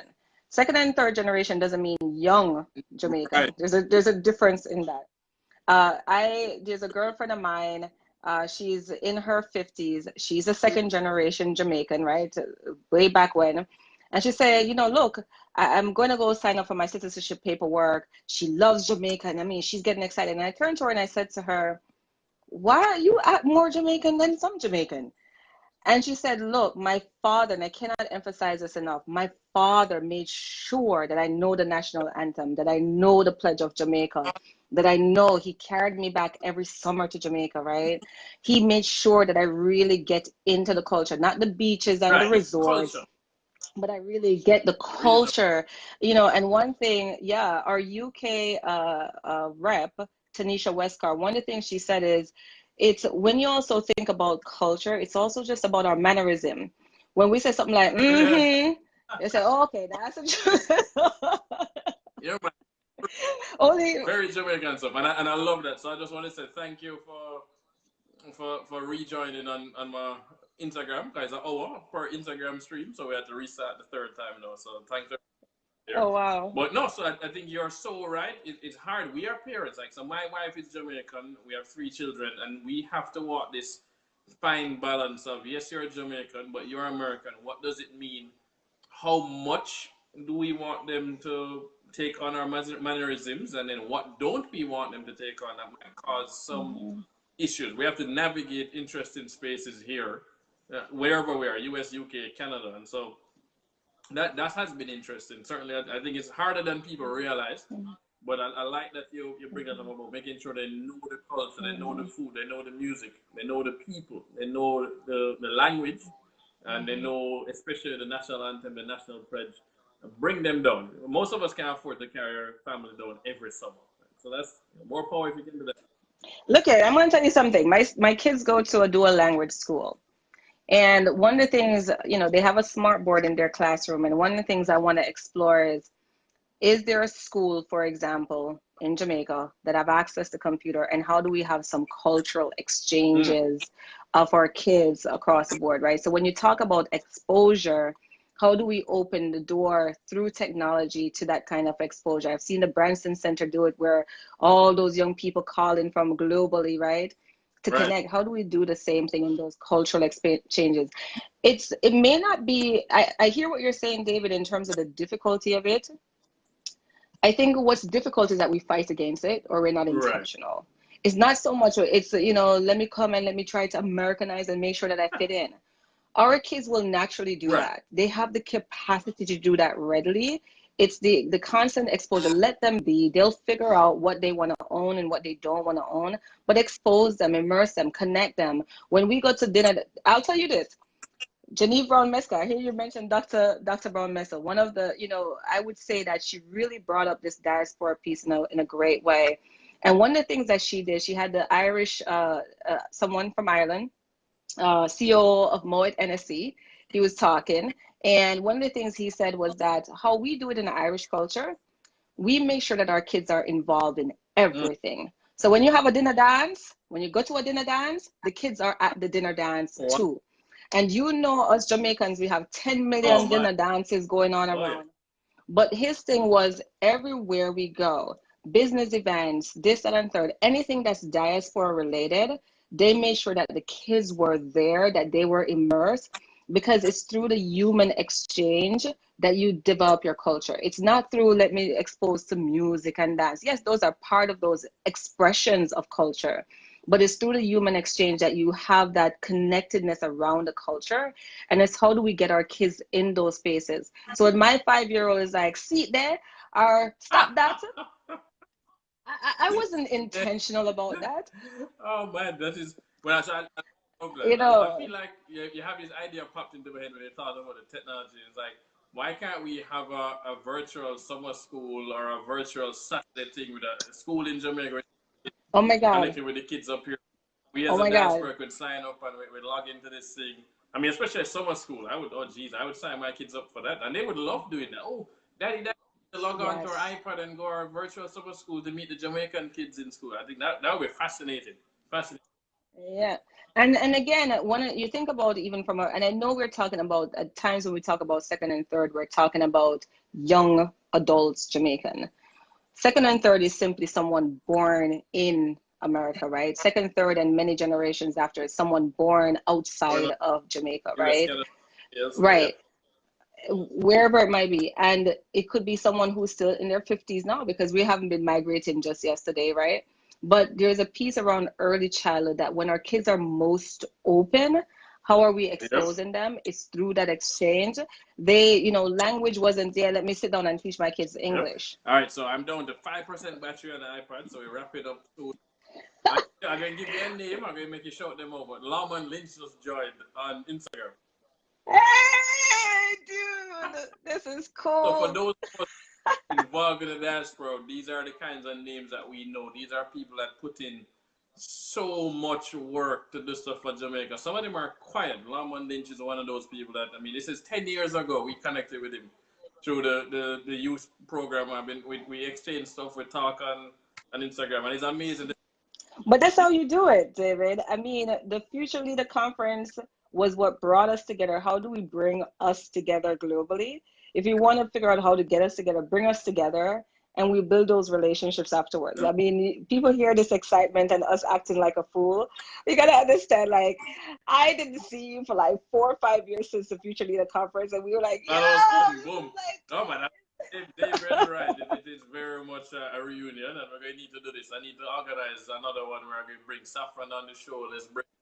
Snap. I mean, it would be a lot of fun to talk about what we had done, and then get some of the new Global J Diaspora youth and members to jump on. They can tell us what they're doing. That way, the other people watching can say, "Oh, you know, you tell my nephew or my son or my daughter." Like, get people more plugged in. But that's lovely. So I love that we brought you on. We need to coordinate another one where we get a whole hour with me and you know. No, this is exciting, and thanks to those who are tuning in and listening in, and oh my God, this is so many possibilities. I'm so nerded out right now. This is crazy. When I learn something. I abuse this enough, so I have guests all the time now, which is good. Oh The my running joke of it is God. that I love to talk, so I can sit there for 2 hours and talk. But I don't actually want to talk for 2 hours. I want. No, please, because you're gonna drive us. We got to make this like you. So because you said that, we're going to close off. We're going to sign you off now. That's the way you close it off. No, good stuff, man. This is fantastic. All right, thank you very much, Akila, for joining us. Some great words. I can't wait to share this video since it's saved afterwards. But thank you so much. Look, you're welcome, David. Right, thank you. Thank you. Oh, that was easy. So I just press X. So this is the first ever time that I've done a video live on Facebook and added somebody else to the show. So I'm going to start doing this a lot more. This is going to be a tremendous amount of fun. And then we'll go on there. One day I'll actually try that on Instagram. I saw somebody was trying to do it, but I need to coordinate. And this one is for Instagram, for Facebook. I will switch over to Instagram now. But thank you very much for joining the show. It was a pleasure to talk a lot about the diaspora, about what I think we can do to give back, how we might need to adjust the way we think about some things. Talk about how Jamaicans in Jamaica could shift the way they think about the diaspora, and bring up, obviously, I'm a stickler for this thing, man. This has so much information. Go online, just search Vision 2030 Jamaica. Vision 2030 Jamaica. You'll end up seeing the website. You'll be able to download the digital version of it and then actually go and read it. It is a tremendous read. It is eye-opening. This was something that was done by opposition, government in power, the administration at the time, as well as public sector consultations and the private sector. It is the most comprehensive set of national outcomes about Jamaica. It's the most comprehensive diagnosis of the different issues that Jamaica faces. So I really, really appreciate you guys coming here. Again, special shout out to Xavier Murphy and Jamaicans.com for allowing me this space, this time, and this audience to share with you guys. I'm around, looking forward to the comments. You can comment on the show afterwards. If you're watching it on demand, share it with friends, do a watch party, let me know what you thought. And if you want me to come and speak somewhere, give me a shout. I'm always traveling. Right now I'm in Florida. I'll be in New York next week, Jamaica the week after that. But I'm happy to have a dinner table conversation. If you want to bring 10 friends over and then have me call in, I will do that too. Please, please, please, let's keep this dialogue going. We all want to see a better Jamaica. So I'm going to say big up, one love. Adrian said liberty is alive and well, so let's build something awesome. Thank you. Man, I can't even say it any better than that. We're going to close with that one. Thank you for all the comments. Thanks for the suggestions. Thanks for the questions. One love. Big up.